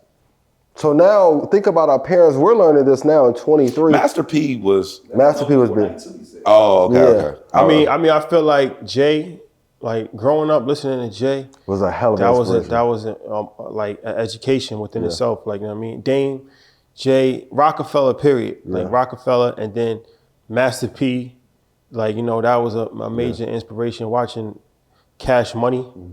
Like, you know what I mean? Like, People always sleep on Cash Money, bro. Yeah. yeah, they're the best that ever do it. There's nothing to sleep on. They the best that ever No, do it. but they never. I never hear just because of the stigma that Stunner has on him. Like people always leave them out of conversations. I think Like that's why. Stunner ain't one of the guys. Because of the, Stigma. it's He been Him and so, Slim was like there's that's been nothing so to be many played rumors with. of bad business. I think that's why they don't get enough credit. Because if you look at their track record, it's actually nothing. It's not even comparable. Like they started in '98 with the Hot Boys, all the way up to Drake now. now. Like, you know what I'm saying? And it's never really died down. But think about that. You said 1998. What about our parents and grandparents in 55 and 63? And like at one point, I knew in my family, like just owning a house was like the pinnacle Yeah, you made as it. a black person. Yeah. Like it wasn't even common in the 1980s for black people to even want to own a business. Both my grandparents lost their houses. Both my dad's side and my mom's side. Wow. And I saw it happen. But I feel like what we're doing is like Jay and those guys, that was more inspirational and motivational with tidbits of wisdom here and there, but it wasn't instructional. Yeah. He didn't give an instructional blueprint. Yeah. And that wasn't his job, right? He was a rapper. So I'm not even knocking him for not doing that. I'm just saying it just wasn't done. Yeah. So this is the first time where it's a step-by-step instructional blueprint. Like A step-by-step blueprint. this is how you invest in this. For you to get your game on track. This is That's how your way you to get push back. Yeah, that's a fact. This is how you get your credit right. This is how you use stocks. This is the real estate. This is the entrepreneur. This is how you open up a truck. This is the vending machine play. That's the part that's really never been done, where it's completely laid out in easy, digestible format from people that's relatable in a video format. So you don't even got to read. So all you got to do is just watch it or listen to it, either however you consume the content. So I feel like this era that we're in right now, it's never been a time like this ever. It was before. And I just said this earlier, but it was like we watched these guys do it, right? We knew they were doing it. We just didn't know how they did it, right? And when they did it, it was almost like, all right, yo, good luck. Good luck. Good luck. You figure it out. The game how do I do it? Not told. Exactly, man. Yeah, that shit is. I hate that idea. Look what I just did. That's how you do it. But the other side of that coin is like, how many people have we given the information to and you didn't execute? Exactly. That's the other part of it that's tough. Like, I understand why some people may feel like, because whenever you're investing your time, energy, effort into a person, you're taking time away from my child. You know the days I've been on the road, we've been on the road and haven't seen our kid, and I'm like, and I love my baby. Like, I want to spend time, but I'm giving here, and sometimes my child will execute faster than an adult. It's all supporting to him. That's my master. That's my invest right there. That's my all is for him anyway. Right? So I want to get into the Market Mondays tour in just a second, man, because I think that's phenomenal, and it just the how you guys have been World scaling tour. The world tour, yeah. That's a key word. That is a fact, right? thank you. World tour. Appreciate that. But I want to salute you guys because, I mean, while we're on the topic of sharing the information and people that's actually applying it, I want to salute my brother, right? My brother-in-law, Ray. One post that you guys put up, I shared about the student loan forgiveness. He implemented on that shit. And he hit me a year later, like, he didn't even tell me. He didn't even tell me that he was applying for it or did anything about it, right? He was like, man, yo, bro, I seen this post you put up. I just want to say thank you. I'm like, what you mean? He said, because of you and because of Earn Your Leisure, my $55,673 student loan is now zero. Can you make a commercial for us? Yeah, for real. Cook that up. That's Right, that's love. That's real. That's real. I was going through that, bro. That's Like, love. it's real. Like I have student loans, right? So it was like, here's the education behind it. Like even when I was in the schools, I'm like, yo, how can I figure out how I can't pay for this, right? And so I was just like looking at all these programs. I'm like, oh wait, I can get $18,000 forgiven if I teach science. I went to the principal like, yo, I teach health. That's a science. I was cool with her. She said, all right, bet. Signed off. 18,000 going. Right, yo, if I work in public school for 10 years, I get the public service loan forgiveness. I'm gonna do 10 years. Boom, going. Right, so like the education behind it, you know what I'm saying? But we're doing it, and I'm gonna tell you, like, yo, bro, this can happen. So like hearing him 55, that's incredible. And it's a two-lane thing. It's you guys sharing the information, right? Where you guys putting it out there.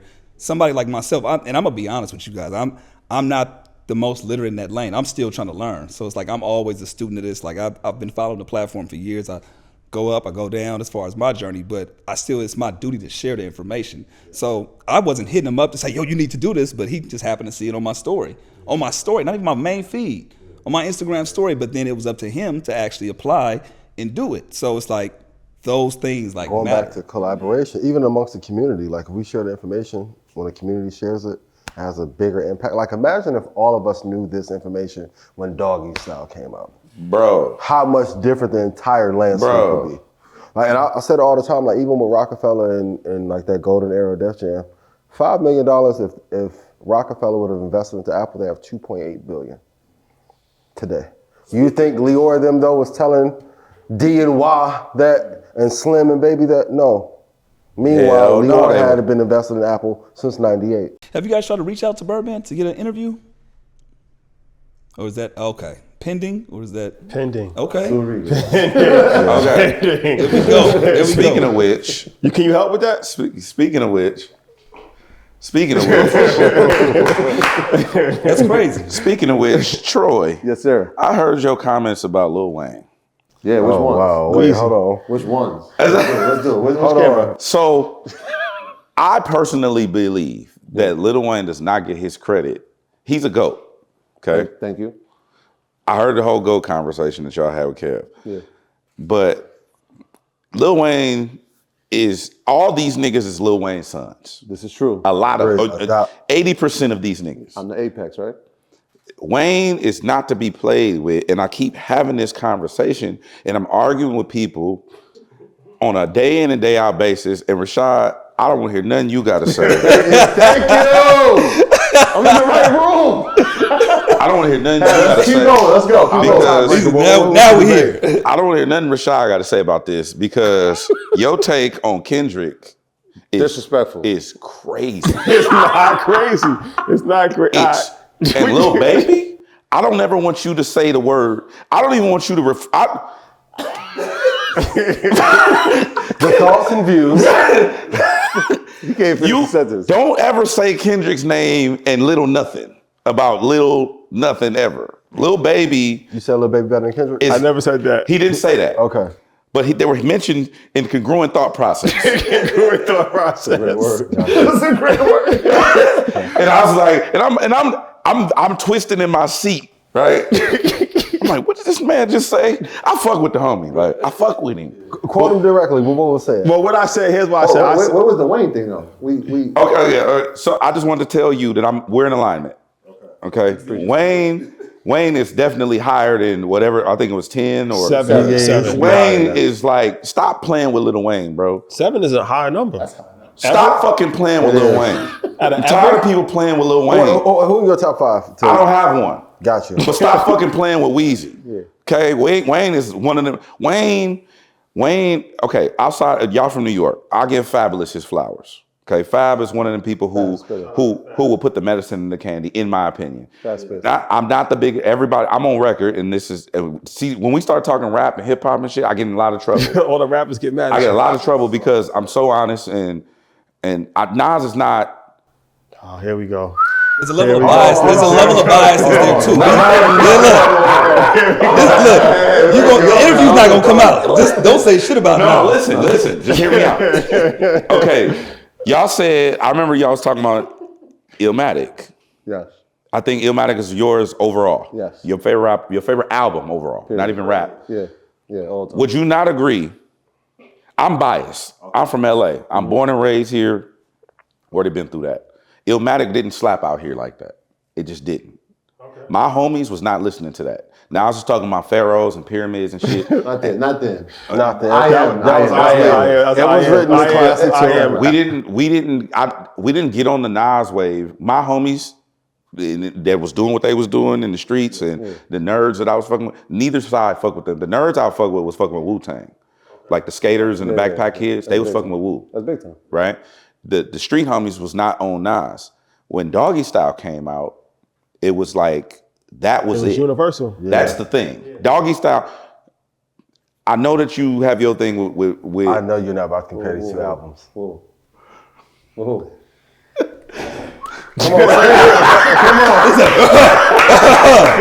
Come on.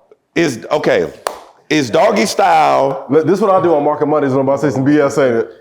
Go ahead. He said that. Go ahead. Is Doggystyle? Come on, say it with your chest. Is Doggystyle not a bigger, better, and more impactful album than Illmatic? Let me say this. Which one you want me to answer? Bigger, better? Yeah, because that's 3 different answers. All 3. Bigger, yes. It's a bigger album. Yes. Doggystyle had a bigger. The only I think debut album that was bigger than that was Get Rich or Die Trying. Yeah. Right. But I'll say this: as far as sometimes Nipsey Hussle, rest in peace, right? He's a perfect example of this. The records that you sell don't always reflect the impact that you have. Agreed. Nipsey Hussle, Nipsey never was a multi-platinum selling artist. He never sold out Madison Square Garden, but his impact on the culture, his impact was felt, right? Even before he passed away. Victory Lap came out, that shit was felt. Like, it was really felt. Nas is the same way. I feel like Nas was never the most commercially successful rapper ever. Even though he's went platinum, double platinum and all that, but he was never the most successful commercially rapper ever. But his impact on the game, like this is coming from Fat Joe, right? When we met with Fat Joe, we talked to Fat Joe all the time. He said, yo, Nas changed everything for me. He's like, before Illmatic came out, I was like, hip hop, dooba-dop, rap. He said, yo, I listened to Illmatic. He was like 5 tiers everything above changed. everybody. Now, Jay-Z, right? He said, this is Jay's own lyrics. When Illmatic dropped, I thought we was all dead. That shit was so advanced, I thought we was all dead. We was all dead. When Illmatic came out, that was the blueprint. That was the blueprint moving forward for all of your favorite rappers. They studied that. They studied Illmatic. How old are you? I'm 39. All right, so I was born in 84, but I didn't listen to 84, I'm 84. I'm 84 too. I'm 82. Now you got to think about these 2 albums in the time frames because you can do this, right? The setup for Doggystyle was what? The Chronic. Dr. Dre. The Chronic, right? Dr. Dre already has NWA. He has the Chronic. Snoop is featured on that. Death Row Records. And Death Row and Interscope. This is we already know this guy's coming, right? The first cover of the Vibe is Snoop Dogg. The first ever cover of the magazine is him. Mm-hmm. What was the build-up for Illmatic? I personally believe there was one. There wasn't any. I personally believe there was no hype around it, and Illmatic was force-fed to everybody by publications in New York. No.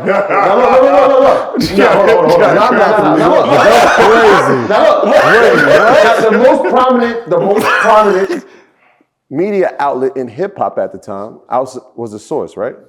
Now, Doggystyle came out, and what was it rated? Oh, I don't remember. 4 mics. 4 mics, okay. Nas' debut came out. 5 mics. This meant everything. The Source is biased. At the time, it was. At the time, that meant everything. It was like, yo, this is the guy who's going to change rap. Because at the time, the dominant thing on the East Coast was Tribe Called Quest. Yeah. Like Big was starting to bubble. But it was like, oh, here come Big Daddy Kane. These guys were transitioning out. Nas got Food Snickers right out of there. They transitioned. KRS is transitioning. But here comes the new breed of it. And after that, it's like, yo, you get, obviously Big is 94, Illmatic is 94, and then Wu-Tang obviously was 93, the first album, but then their solo album. But you can see the influence that Nas has on it and how people start to change how they rap. Even how people are appearing in the videos with Lexuses. I love Nas, bro. I don't have, Nas is a GOAT. He's a legend, all that. Bigger album, yes, but that doesn't mean better. And Illmatic is not my favorite album from Nas. But Illmatic, I think, still has it. Doggystyle, great body of work, great classic, great amazing. album. It's a classic. Amazing, yeah, a classic. Is Doggystyle better than, this is a real question, West Coast. Is Doggystyle better than The Chronic? Yes. Yes. Thank you. Absolutely. It is. Dog, listen, stop fucking playing with Snoop Dogg. For real. Snoop is one of the ones. No, Snoop is the one. Snoop is the one. Snoop is the one. Snoop transcends everything. Everything, yeah. You know, he's a GOAT. He's probably the most recognizable. But Snoop, like I said, Snoop, you look at Nas really the golden child. Because like he said, Why? no help, 19 years old, 20 years old. That's phenomenal. Coming from Queensbridge. Queensbridge, the lights was out for a long time. That's a legendary project from Juice Crew, MC Shan. But when KRS-One said the bridge is over, It really was over. it was over. dead. Okay. Bridge was over. Really was over. Like, you know what I'm saying? Like the bridge was over. Like the lights was Shan out. couldn't make a record. The lights was out. So when then Nas, not only does Nas revitalize Queensbridge, what comes after? Now you got Capone, you got Mobb Deep. So he actually got the whole Queens movement going. So Esco's up there. Have y'all heard of Long Beach before Snoop Dogg? We don't we can make an argument. When we think Snoop Dogg, we don't think Long Beach. No, we think LA. No, you think Long Beach. LBC. LBC. Here's why. It's because like, yo. When I think of Nas, I don't think Queensbridge. I think New York. Right, that's what I'm saying. It's the same shit. We thinking like, yo, that's West Coast music. That's LA. West Coast, yeah. Right? And like, even though we know Drake from Compton, we still thinking like. He put Long Beach on the map. He definitely put Long Beach on the map. But we thinking like, that's LA. So if the lights got turned off in Queensbridge and the lights were never on in Long Beach. But it was a movement. It was a West Coast movement. He didn't turn the lights on. Dr. Dre. The Chronic came out and it was like. So you're giving most of Snoop's allure. Early success. Allure to Dre. Well, how do we get introduced to Snoop? Through Dre. I know that, but what I'm saying is. 187. We seen a kid with French braids. Yeah, for the deep cover sounds like, what the bro, hell? we know hip hop, bro. No, I'm not saying you don't. I know you do. Y'all know more than me. What I'm saying is, I believe, like, I'm fully biased. I'm the most biased thing in the industry. You should have started with that. I said that. I don't think y'all caught that. I was like, I'm the most biased person in the industry. Yeah. You said he's V1 though. Like V1, like, you know, like LeBron's the chosen one. Like you're saying like he's the most V1, recognizable. like He's the most recognizable personality in hip what does he hop. mean by V1? Snoop is the biggest rapper ever. The brand. That's you can make an argument for that. You can make an argument for that. Snoop is the biggest rapper ever. You can make an argument. Well, no, he's not the biggest rapper. Not the biggest Kanye rapper ever, West is but the yeah. biggest rapper ever. Let's just be honest. No. Nobody's bigger than Ye. No. Nobody's bigger It's than Snoop Ye. Dogg, bro. No, he's not bigger than Ye. It is Snoop. No, he's not. Recognizable? Kids from. Listen, bro, Ye, bro. You got George Bush saying that was the worst part of his presidency. I don't give a fuck about the politics. I don't give a fuck about media. I'm talking about big, just, bro. Nobody's bigger than Ye. Ye come out right now. He's shutting down this whole shit. If he got a sneaker drop, yo, That's funny. Yeah. Then we can pass about 2 topics, boy. He go crazy. If Ye got a sneaker drop right now, the line is from here to Crenshaw. And then I'm not talking about Michael Jackson. relevance. I'm talking about big. I'm talking about if you go to Kenya. Can I say this? And you put a kid. Snoop Dogg. Yeah, the most recognizable rapper. Dog. That's we gonna keep it 1,000? he's the most famous rapper for sure. Can we keep it 1,000? Recognizable. And time frame? Is he more famous than a J? When that boy Yes. came, Recognizable, I think. Yeah. when Marion came and got that boy out and brought him over here, Snoop wasn't touching him. Who, Pop? No, I'm not saying that. Tupac's up there, bro. I'm not saying that. Tupac's up there. But what I'm saying is, Influence. Oh, Tupac was the biggest star on Death Row. Let's not play this Shout to game. Mutai. We're not gonna play these games. Let's not play this game. there was 2 years where It was Tupac. mean, It's like only two. There was 2 years where it was like, okay, yeah, for sure. No, but it was. Rest in peace to Kobe. Kobe's a legend.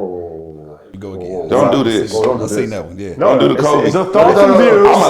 My whole family from here, we Lakers, bro. Listen. Don't do this. Yeah. No Kobe, nothing. I'm outta Take here. me out the shot.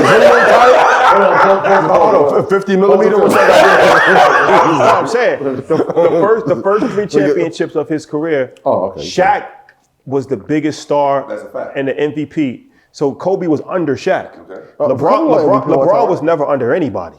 Okay. Tupac, Well, LeBron started the super team. but he was still did. he was still number one. They was under LeBron. D Wade was under LeBron. He Yeah, said but you looking at it different. You looking at it from a perspective of, okay, so what you're saying is, Pac came out and crushed nobody shit was again. ever over Tupac. No one. Tupac came to Suge Death Row. wasn't It over was Pac. it was Tupac's. do you shit. Okay, so At let Death me, Row. Shit. but No. And niggas the world, 5 million. let me tell you something. In jail. Let me tell you something about the 2 niggas. The two ones, right? Biggie, Pac. Yeah. Right? Biggie, when Biggie came out, he wanted to sell records like Snoop Dogg. That's a fact. That's a fact. He said it. He said Everybody it. did. He trying to that. sell records like Snoop. Tupac in his contract that he wrote in his wish list that he wrote from jail to Suge included a fucking feature from Snoop Dogg. Of course, Snoop is Snoop. He's a It's legend. Snoop Dogg, bro. But they hadn't seen anybody do that before, right? It's that commercial success before. Snoop. I'm just saying, what I'm saying is, yes, you're right about the Pac thing. Okay, that's fine. But it's a 2-year run. It's cool. That's cute. That's like the clip. We know. He got killed. How long is Snoop's run? It's still going. No. We're going. No. When's the last project? Oh, no, I'm talking about music. I'm talking about just general. As far as the I'm personality. just talking about Snoop. all right. I'm talking about the brand of Snoop Dogg. Okay. I'm talking about the brand of Snoop Dogg. Okay. Got you. I thought we were talking catalog. No disrespect to Uncle Snoop. Shout out. That was at the crib 6 months ago. I'm just saying I'm not talking about lyrics. I'm not talking about none of that. I'm talking about the brand of Snoop Dogg. Ain't nobody fucking with that. No, there is. His name is Kanye West. Nobody has a bigger brand than Kanye. Nobody has he fucking became a billionaire off this shit. He was at one point had more money than anybody in hip hop culture ever. Period.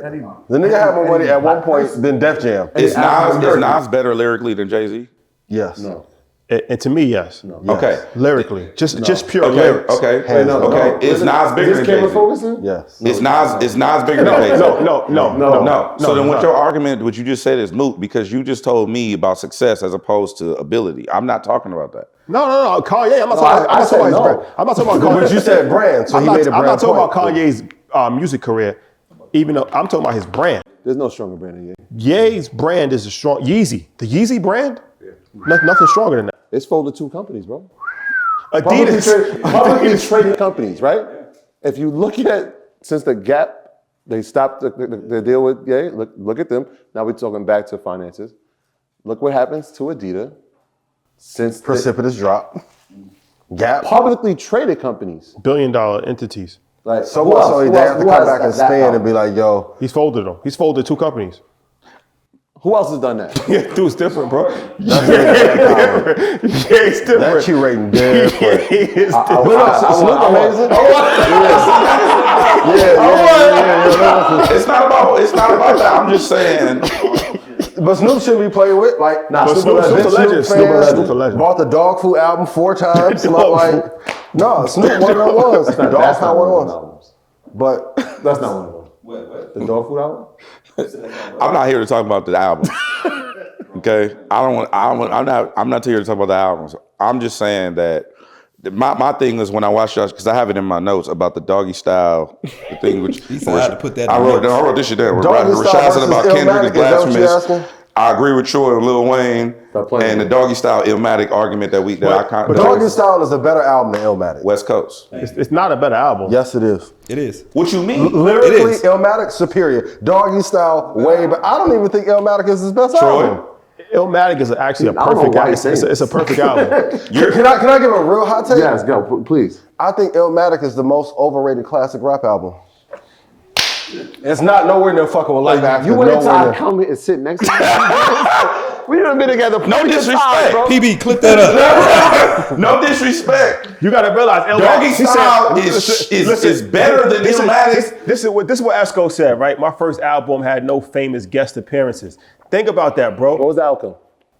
Name the best lyricist. He came out AZ. Nobody knew who. So you want me to give you props to nobody fucking with you? No, I'm just saying he didn't do it. Jay-Z's did first a album solo. had Jay-Z had Mary J. Blige and Biggie Smalls and a bunch of shit on his first album. Snoop had Dr. Dre. He had the whole shit on his first album. Because it's Snoop Dogg. But I'm not knocking him because everybody. But I'm just saying, not like I said, Nas. He went against all odds, bro. He did have superstar producer team that we can't deny. But he had no major label support. He had no like cosign, like, yo, this is the homie. He's under me now. He had no guest feature. He had no R&B singer on the hook, and still was fucking came out with a classic album. You like you heard him with MC Search, and you heard him with Chubb Rock, bro. I forgot about Chubb Rock. Yeah, that's crazy. Like those are the two times you heard him. it was pure. That's the This purest. isn't like you heard him. I think it's on just the Chronic, bro. It's just probably you didn't hear him different. on Dre Day. It's Like, just different top 10 song because all time. of where we're a regional You heard him on of Chubb a Rock geographical difference. I love Snoop. No, I'm just saying. I think it's a geographical But we difference. can't deny, like, Nas was probably like the greatest like evolutionary jump in rap music. Like, Nas felt like he was like 25 years ahead when he came out. He's ahead of his time. So did Kendrick. Kendrick Lamar. But I think Kendrick I is respect Kendrick. I respect Kendrick. I'm a fan. No, you're not. You're not a fan. You don't fuck with that. You heard him. I'm a fan of Kendrick. Which one? Rashad don't fuck with Dot. This one, Rashad don't fuck with Dot. That's completely He do false. not fuck with K Dot. Shout out on no level. Don't shout out to nobody. Shout out to the whole TDE. He not even on TD no more. You know what I'm saying? He got his own shit. Look, what's his new label? I'm not sure. PG Lane. Look, here's the thing. He got his coaches out every game. He got his coaches. Rashad don't fuck with. How did Ye do it? Do the big brand. Rashad don't fuck with Kendrick, K-Dot, Lamar. Yo, in the background. Good Kid, Mad City, classic. That album came out. Money Trees is my favorite song on that album. But that whole album, classic. Then the second came out, To Pimp a Butterfly. I think it's a classic. Great album. Damn is a classic. Kendrick Lamar. Damn is a classic, Damn bro. is a classic. I still play Damn. Listen. I want to hear this. Wait, is Damn not a classic? I want to hear what he got What's to the say. consensus? I think Damn is better than the Pimp a Butterfly. Here's my thing. Kendrick Lamar is everything that we should champion in our culture. He's intelligent. He hasn't compromised his integrity. He's not trying to fit in. That's 4 compliments. He's not trying to be an ultra gangster. That's what I do with my exes. Baby, you're beautiful, you're enchanting, but I'm leaving you. Until you gotta go. Just say this part. Nah, like I said, and he has millions of fans, and he's extremely successful. But all I was saying with the Kev show is that, like, I be around like people that's younger than me, right, and even myself, and I'm like, the homies, they not listening to Kendrick Lamar at all. They're not even trying to listen to Kendrick. Little Baby that's what they listening to. See how he said the two in the same sentence? But I'm just saying, He did it again. As far as the culture, Stop talking about that and Lil Baby in the same sentence. as far as the culture, unfortunately, Kendrick Lamar is not getting pumped at the barbecue. He's not getting pumped at the summer league. He's not getting pumped Out here? anywhere. They saying it's happening. Out here that's happening? I saw Dot do an arena tour. No, Yes. I've seen he could sell out Madison Square Garden, all that. But I'm just saying, who's the demographics? What's the Hawks? Where do the Hawks play? What's that shit called? State Farm. He's gonna sell out He's gonna sell out every arena. But let's keep it 1,000. They having you know what I'm saying, a block party. They're pulling up out here. Out here they pulling up. Not playing Kendrick Lamar, bro. They are playing. We played that out here. We played that out here. No, you really don't. Because this is people. I'm literally a DJ. No, this is They told me. Got a bone to pick. This is people from LA telling me this. He's a Though. DJ out here. I don't know. I'm from here.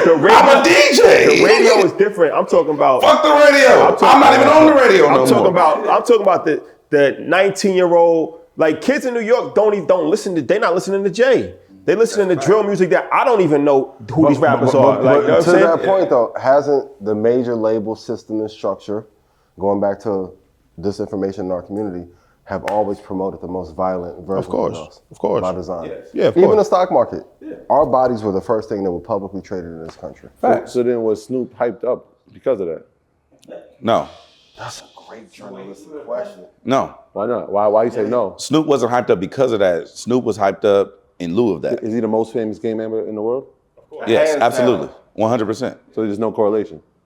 I don't know No, the a correlation. gangster image sold it. That's part of it. It's like 50 Cent. His image your sold it. gangster look did it. Yeah. Like that The was lyrics part of did. it. The arbitrage My on the big homie G structure- Malone always told me that. He said, because we were in a major label system when I was in music, when I was in the record label industry at one point. What And label?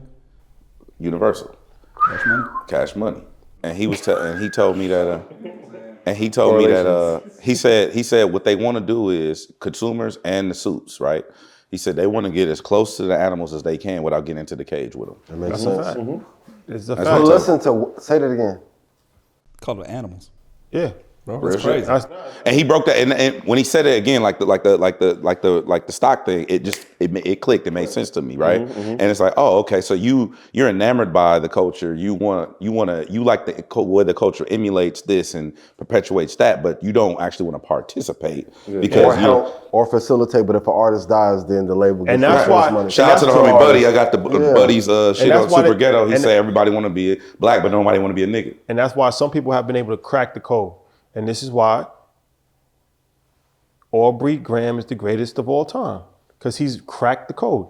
And he hasn't compromised himself. He's not trying to be a gangster. He has mass appeal. Aubrey's nothing to play with. I'm gonna go on record. Yeah, He's Aubrey's not nothing trying to to play be. with. He's not trying to. Are you saying that Drake has never emulated gangster image on record? He has. Not overtly. No, that's not the image that he says. It's like you never. You didn't hear him bro. I live in Houston. 90% of When he dissed Joe Budden, Drake is not a gangster rapper. Let's not. I didn't say he was. I asked, has he ever emulated the gangster image on record? That's what I asked. On his records, he's singing and doing shit for the ladies. On the features, he getting at niggas and knocking niggas down. No. Yeah. He's never said a name. No, listen. The majority of Drake, the majority Even on you feel comfortable? Is that okay if we do this? Even on back to back, he never said his name. He never says names. He just implies it. Even on the Travis joint, right? Like the crept down the block. We know he's talking about Ye, and Ye know he's talking about, but he never said Do his you name. love me? but he's not Drake. He's great at that. Overarching 95% of his music The perception is not. He's not portraying to be Chief Keef. No, I agree with you. You know what I'm saying? But I'm just saying, has he ever used that? Yes, he has. Yes. And you can argue in real life, Drake may be one of the biggest gangsters in the music industry. I don't know what this man is talking about. I have no idea what.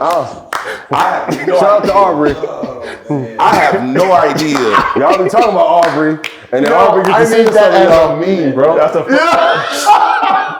Chop slid right on old boy. Palmer. I ain't never seen a man that day in my life. Do you understand what Aubrey ain't I don't play know with. what's happening right now. Explain this to me. I'm not. I'm not. I'm gonna say quiet. I don't know. I'm not 100% sure about that, but I will say this. I We will want to say know some names? We want a pot or we want a pie? Drake has been able to achieve mass appeal in every pocket without pushing a gangster image. Let's just say that. He's not pushing a gangster. He's never pushed a Perception. gangster image. Yeah. He's never pushed a gangster. Yo, you really on this, bro? He know Drake has not. No, you talking, you should be on my side. What songs has he portrayed against This him? guy's crazy. When he dissed Joe Budden on the. When you think of Drake, like y'all Joe. thinking some gangster shit? No, that's not Exactly. what. That's not what. See, words have definitions. You can't just say things and it's implied with it. No, like it's like, oh well, we act like we're together, so we together. We're not together, my nigga. If I don't agree to the contract, then we're not in a relationship. So what I'm saying is, yes, he has used and portrayed a gangster image at certain times when it was convenient for him to do so. Yes, he has. Not too much on Joe, because that's my guy, but what happened with Joe? What Drake said? When he did the I forgot whose song was it. On French Montana. He on French Montana's record. No shopping. On that record, he was on some gangster shit. On his song with Rick Ross, he was on some gangster shit. On some gangster shit. Like, What you mean? Nobody believed that. Yeah. On Stay Scheming, he wasn't talking crazy? Not like, bro, that's battle rap. Nah, That's I rap. think believe It's it, not. it's It's not like, yo, I'm coming to your crib. Like, you didn't never. First of really- all, Drake ain't pulling up on nobody. Exactly. Cut down the block. So that's not what I'm down the block. That's not what. Squad, cut the lights. Listen to what I'm saying. Drake Niggas think has it's sweet. used and perpetuated a gangster That's the image verse he should at be times talking when it was convenient for him. That is my statement. I don't think. But I'm saying I- the Travis shit would be your best example. I don't think Drake Cut down has- the block, man. Cut the lights. That's Like, just rap. That's on some like I'm on that type of time. He's not on that type I don't of time. think Drake. That would be the ever, best I don't think example. he's ever I don't think he's ever portrayed a gangster image. Yes, I don't think he's ever portrayed that. He said it's like he always makes fun of himself. He's goofy. Kid Do from you know Canada. who He's that man is? So what the Tied fuck are we? to? So what's gangster? Gangster is. Come on, bro. No, Seriously, no, gangster. Don't do the implied shit. Gang- Just because we fucking raw don't mean we in a relationship. Gangster. Don't do the implied shit. Tell me what's gangster. And That's there's a tears of fact. gangster shit too. Gangster is Chief Keef with his shirt off and 10 of his homies with Glocks in their mother's dining room. Like, that's gangster shit, right? Like, gangster is Snoop Dogg crip walking on top of a donut store in Long Beach. That's VIP Records. It's not a Yeah, donut store. yeah. God damn. You know what I'm saying? Like, What the fuck is going on? gangster is Stop gangster. playing with Snoop. Yo, shout out to Randy's Donuts. With a donut shop. Yo, Randy's Only Donuts. donut Shout out to the shop. team. Right? It's Randy's, right? Shout out to Randy's Donuts. Gangster is 50 Sorry Cent. for that. We didn't mean 50 that. Cent with a bulletproof vest on stage. What up, gangster? Like, that's gangster. gangster. Like, that's portraying gangster image. Okay. All of those people portrayed gangster images. saying he did this tone. That's That Jim. was- Absolutely. That's Jim Jones with 100 red bandanas on in the middle of Harlem. Drake has 100% I never used the seen gang- Drake with a Tears- pit tears to bull. gangster. I never seen Drake in the middle of the projects with a pit bull. When? Where? Mob ties. Break. I'm right, right? What do you mean? No. Drake has 100% used the gangster image to portray at. On the Mob. song, like if you held your tongue on that live, you'd be alive. Live again. He just said that. It's raps, bro. What the fuck are you?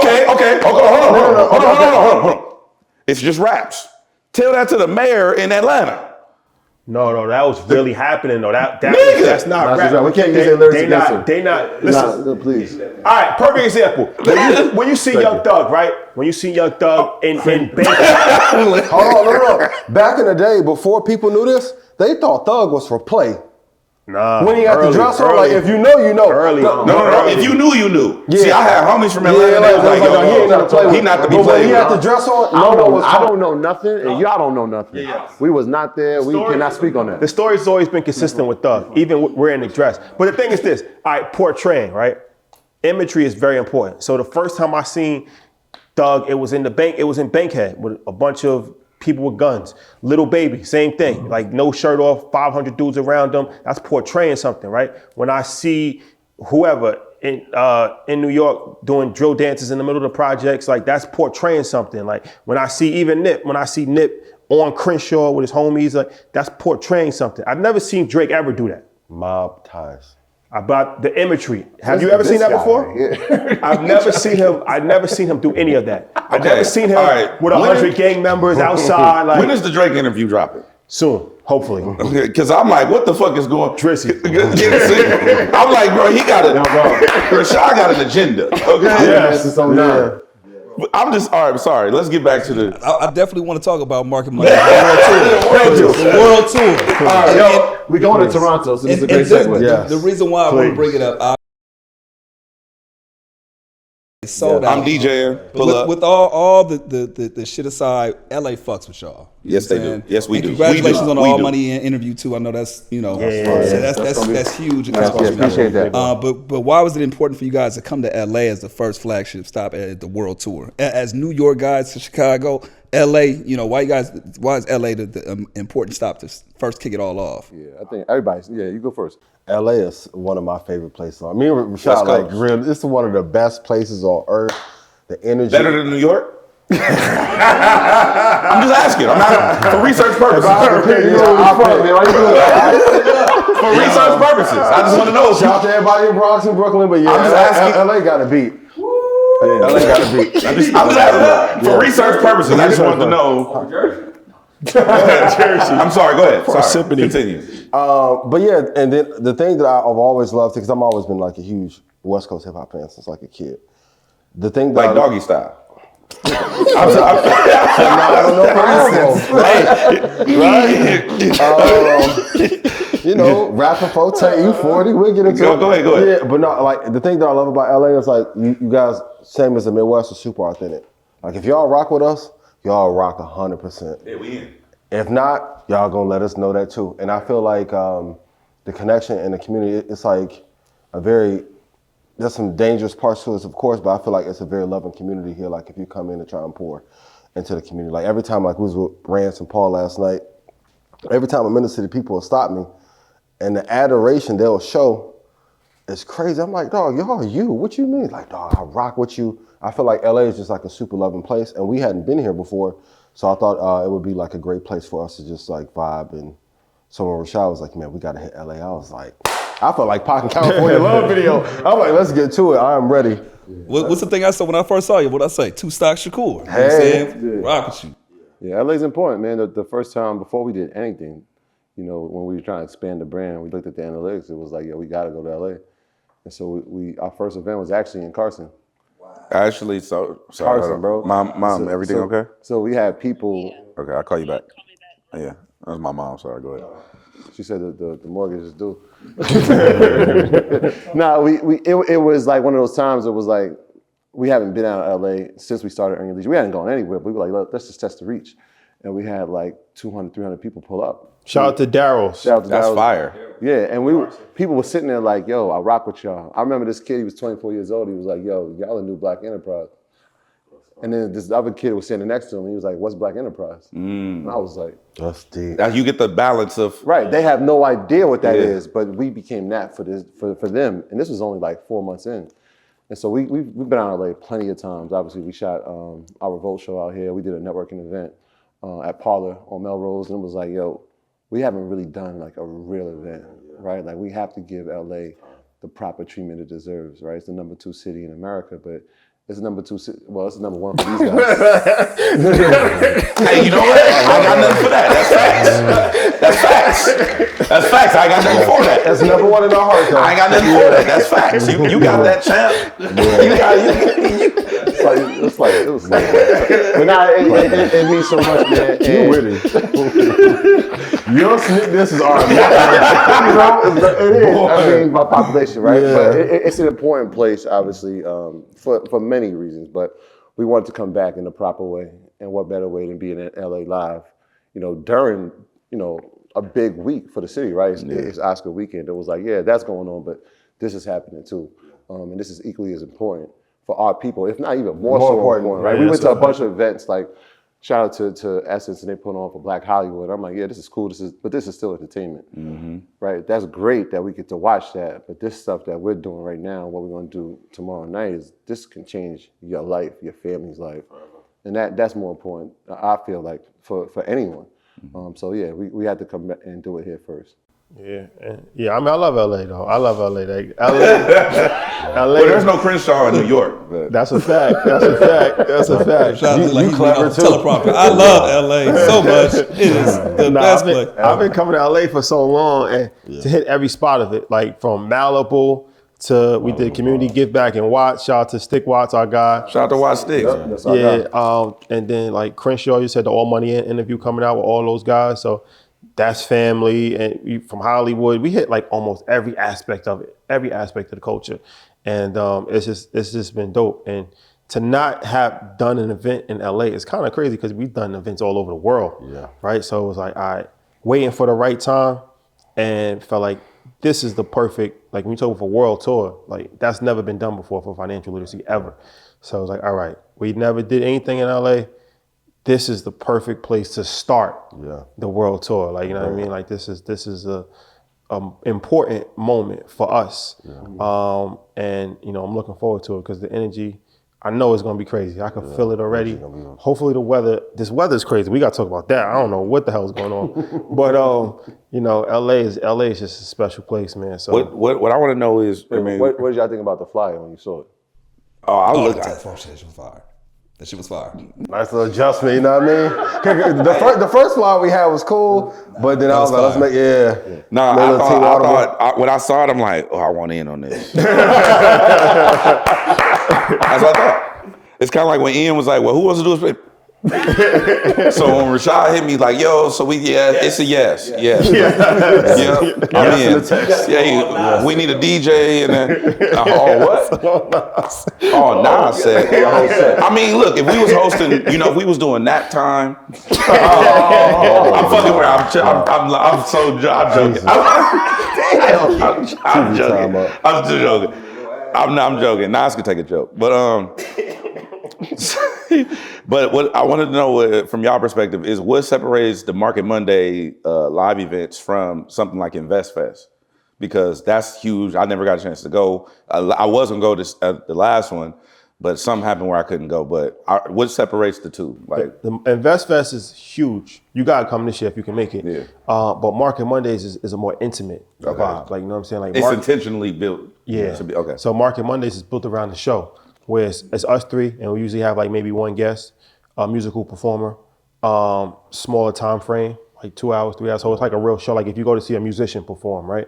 So think about it would be the difference between going to Coachella, or if you really a Lil Wayne fan and going to Lil Wayne's concert. Like, you know what I'm saying? Yeah. So it's like, all right, it's cool to see Lil Wayne at Coachella, but you might get a slimmer version of his overall thing because it's 50 different artists. Yeah. Whereas if you just go to a Lil Wayne concert, you're gonna get some songs that, you think like, I forgot about that song. Like, you know what I'm saying? Like, cause he has 2.5 hours. So now he can actually bring some guests on. He can tell some stories, give you some back, So that's what the vibe is. It's a very intimate vibe where now this is like really just drilling down on all of the things that people have come to love about Market Mondays when it comes to investing, when it comes to education, learning about business, and the environment lends for just high energy. A couple of hours, more intimate gathering. So it's energy, music, and the vibe is there. So, that's the beauty of the Market Mondays live shows. Yeah, I always say like Market Mondays live is like the greatest group of like investors who really want to get the bag. So like those people there, they're gonna go. Like it's just been some people who come to the show and a year later, like, hey man, I'm a 400,000.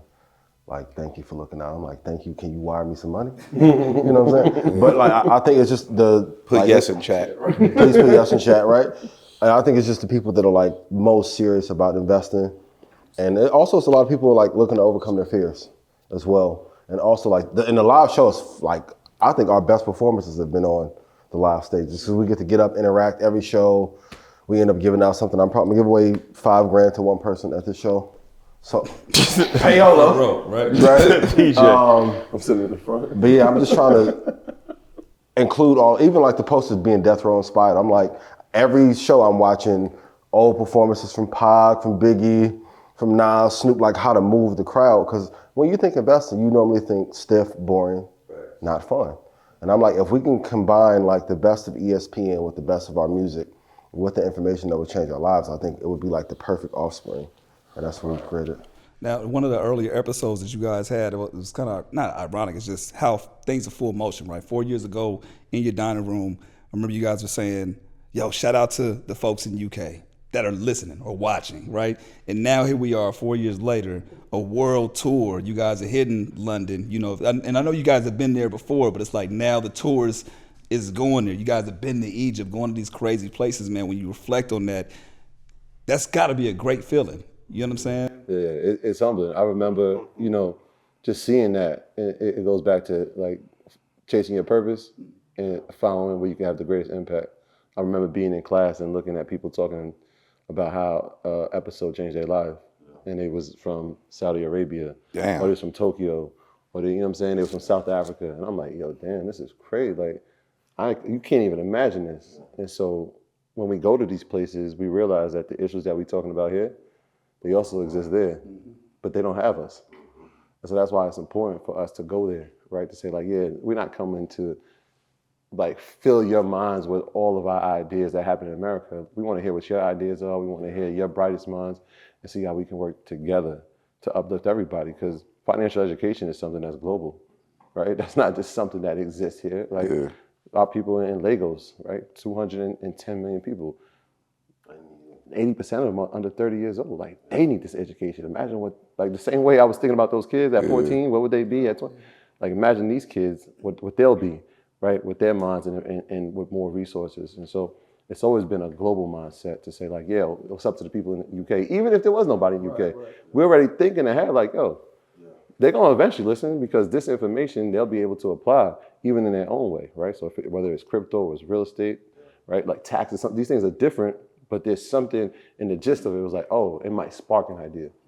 2 more things from y'all perspective, and then I want to get like 5 investment things that people can hit right now from you. But for y'all, what made it? Why? Because I saw y'all thing with the whole Grant Cardone. I saw the video, but what made you even engage in that? Like, what made you? Did you feel like you had?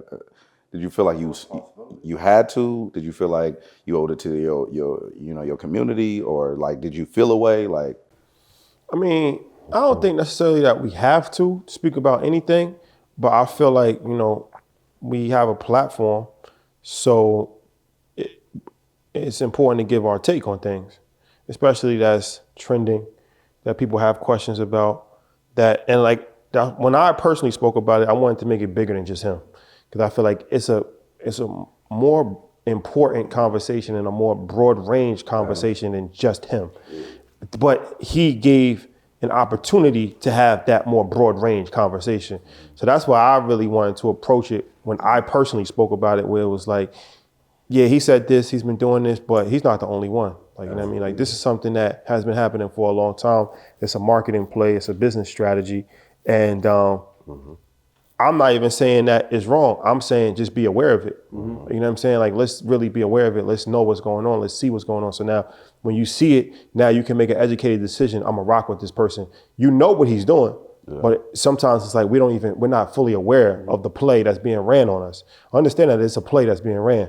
So are you okay with that play, or are you not okay with that play? I can't answer that question for you. Is that any different than what Universal Music has done? And that's what animals and the cage perspective. Analogy. And also, like, our outrage is used against us for marketing. And I said it on the show when we talked about it. Don't be surprised if in a month or 2 after Grant has an event, he put that campaign out. Because when I saw it from a marketer's lens, I'm like, he got $15 million worth of press in 1 week. That's not by accident. Hell no. So now he has an event coming out, and this was released on Black History Month. Now there's an event next month. Genius in one level, right? So we have to learn to like table our emotions and not give that energy to a brand that does not love us. We did the same thing with Gucci when they made the crazy sweater. We've done it with Louis. We're doing it now with Balenciaga, H&M. Outrage marketing is like one of the best ways to get us to end up spending with that brand again. Right. That's so crazy though when you think about the reverse play on it though. Like it's like a reverse in football. Like it's like, oh shit, It's really special. Yeah. We did an episode on outrage marketing early, back when Gucci had the blackface thing. This is like in the first 10 episodes of Earn Your Leisure. We did a whole thing because it was like Montclair, Prada, Gucci, variety of luxury brands, and it was all happening at the same time. So it was like, is this a coincidence, or are they purposely doing this to create a certain amount of attention, outrage, which would ultimately just end up in more revenue because, like they say, all attention is good attention, right? Like all press is good press. So, yeah. Now that you're aware, you make your decision. Yeah. That's it. Like, who's that? Is that Mac 10? I can get it to you, but what you gonna do with it? Well played. West Coast. That's it. I got a question for me before you ask mine. Okay. If you want someone that you like to provide nourishment, should you have to provide flowers in order for that? Yeah. But why don't you buy the flowers then? I'm not buying them off top. Gotcha. Well, but you want food off top? This is a pre-pod topic we was having. I just want food. I thought y'all was something cold. He was talking about my relationships with women. I don't like care. I don't like buy flowers. I'll buy them now just because I learned that it's just to make them happy, even though I think it's stupid. Yeah. But so that's what he's asking. Flowers die. That's why. Yeah, stupid. Like I'd rather get you some stock. Well played, my brother. Yes. Speaking of which, It's a renaissance, man. I want to. I'm all a believer of celebrating what we love versus giving attention to the bullshit, right? And I want to commend each of you just for being amazing fathers. You know what I'm Thank saying? you, I man. think that's a huge thing, being an example. And being a father myself, what dad advice would you give to fathers like myself and just fathers on the come up at any level of fatherhood that you felt like is beneficial and that could help a father, bring their child into this world? The thing that has helped me the most is to have unbreakable boundaries for when my time is spent with my child. So I've missed meetings, deals, wires. for real. See, I with ain't my there kid. yet. Like, and I won't budge I'm get the bag. for anything. See you later. I mean, but the truth is, if they really want to give you the bag, if my time from him is 7 to 9, if you don't want to send it at 6 or 10, you really don't want to give it to me. I'm with you. So I'd rather spend that time. Just saying. Talk to the guy that's not a father yet. I'm not a dad. He's not a father Yeah, yet. but So I spent the money. Like my son just turned 8, right? So like, That was dark. but also like going to a bigger point of generational wealth.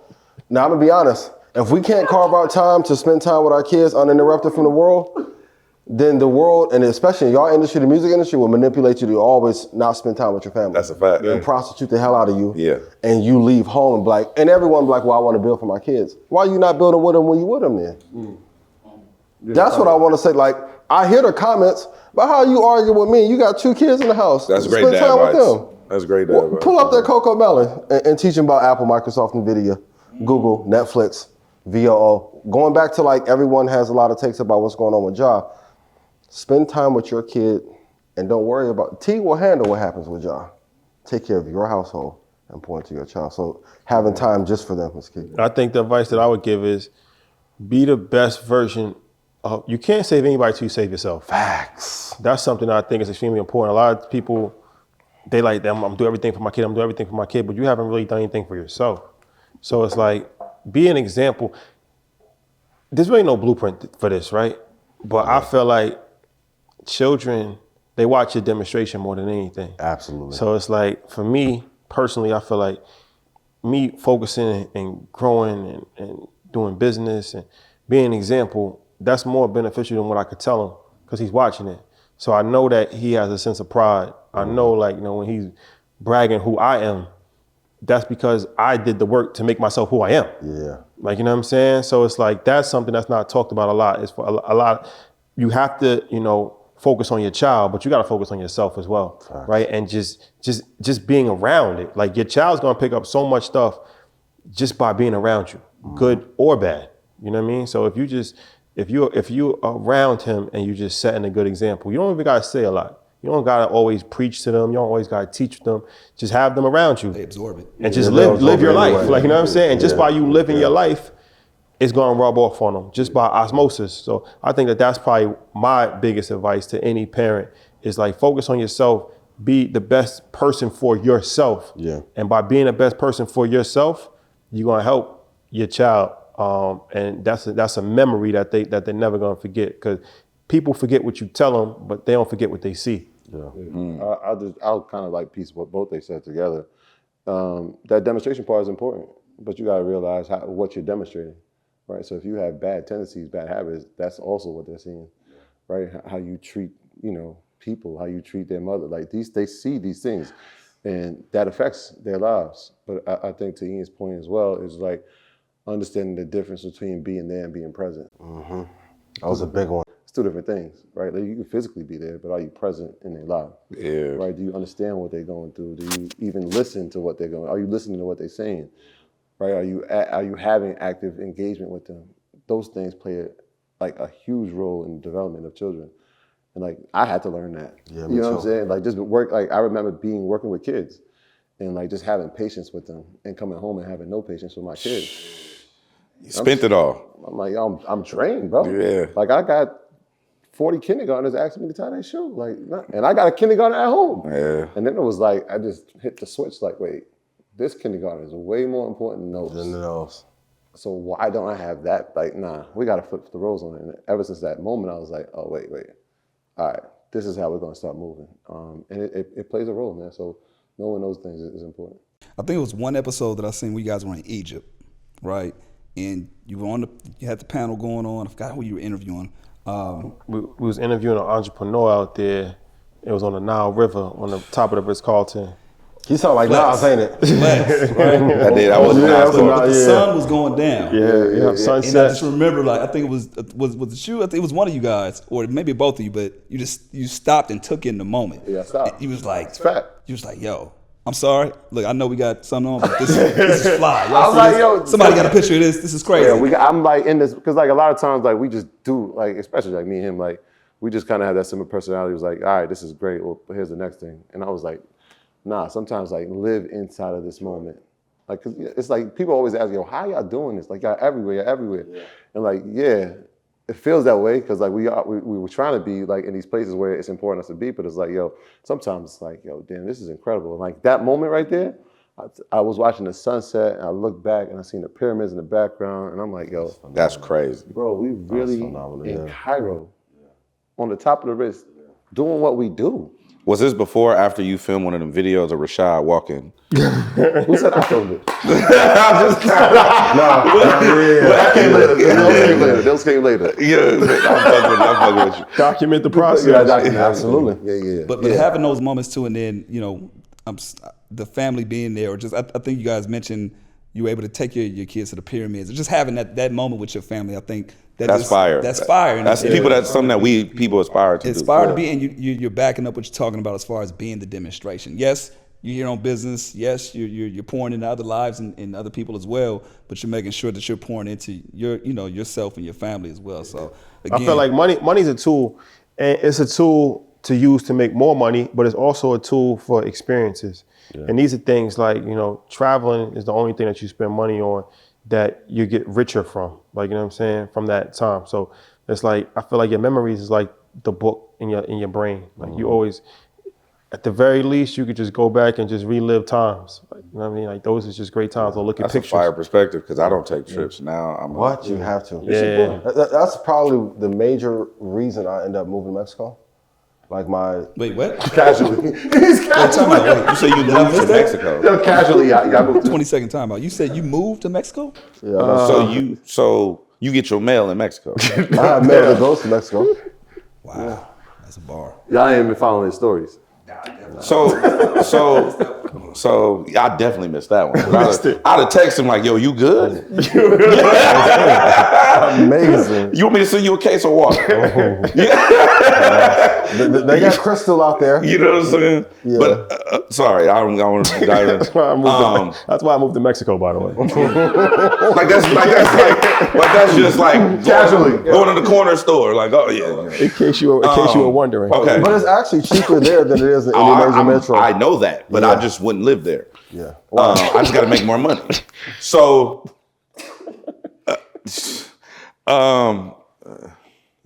Como se dice, I love y'all. Te amo. No. Go ahead. No. I'm Mexican. I'm from LA. Yeah. I'm Mexican as fuck. You know what I'm saying? But anyway, give me five investments you recommend right now for the people that Stocks or outside of stocks? Number one, VOO, that's Vanguard's S&P 500. So Vanguard is like the biggest conglomerate that runs index funds. They have incredible safety. Like that's almost like investing. VOO is the code? Yes, it's a ticker.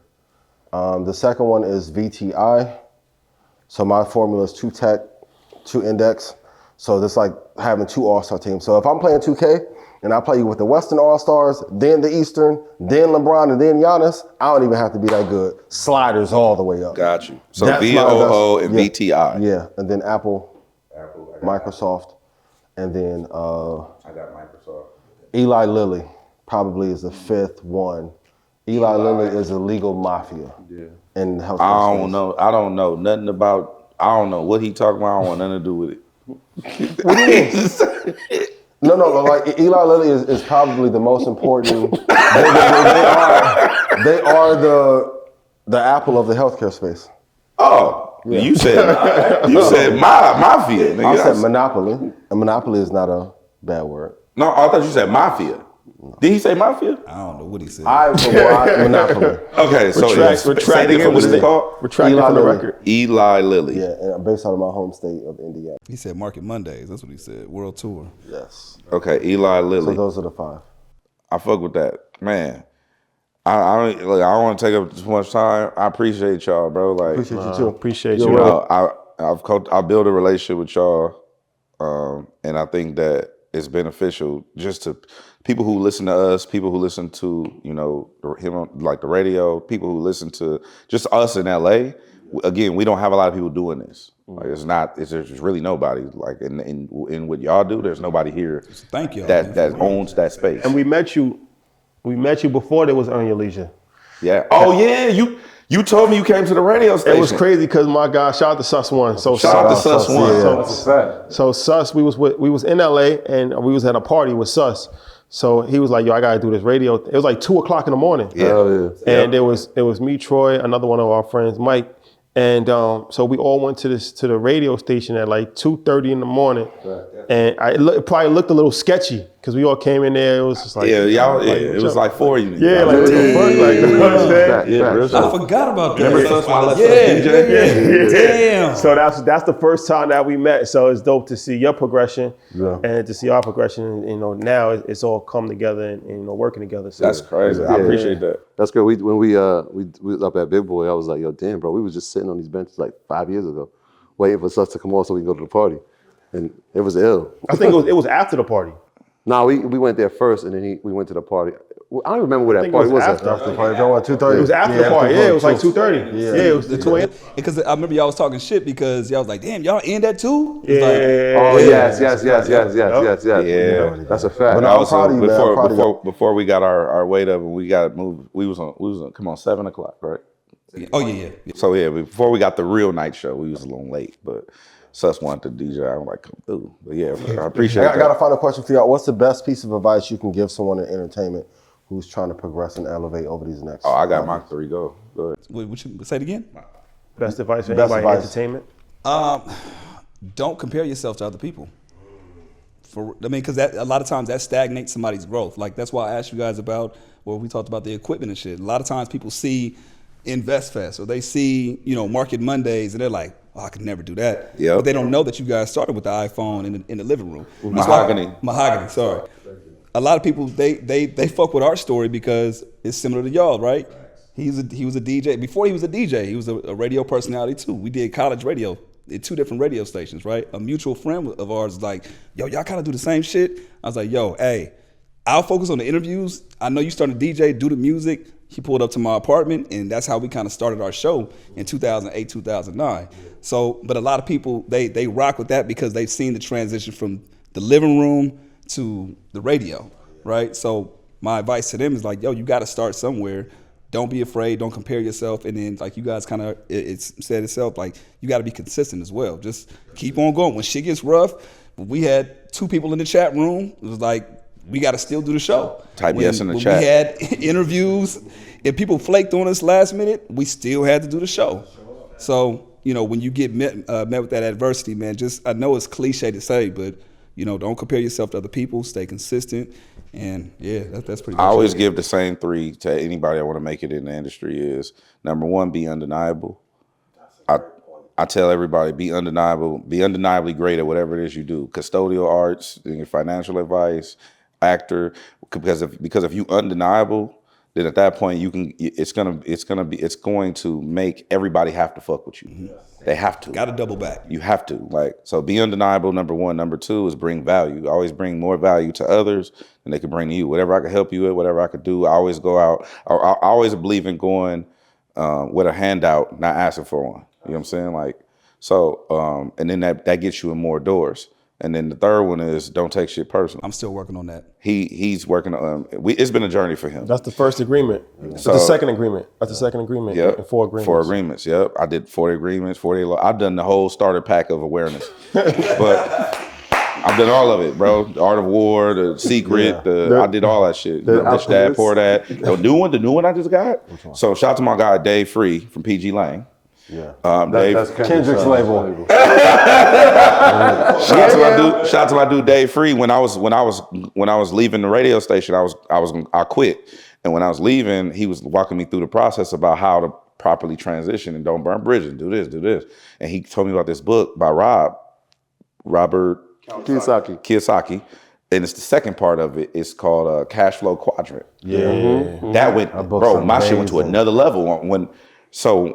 Rich Dad Poor Dad was the first part, but then when I got Cash Flow Quadrant, that transitioned me. But don't take shit personal is my third piece. Like, be undeniable, bring value, don't take shit personal. You do those three, and I feel like that's what you need to win.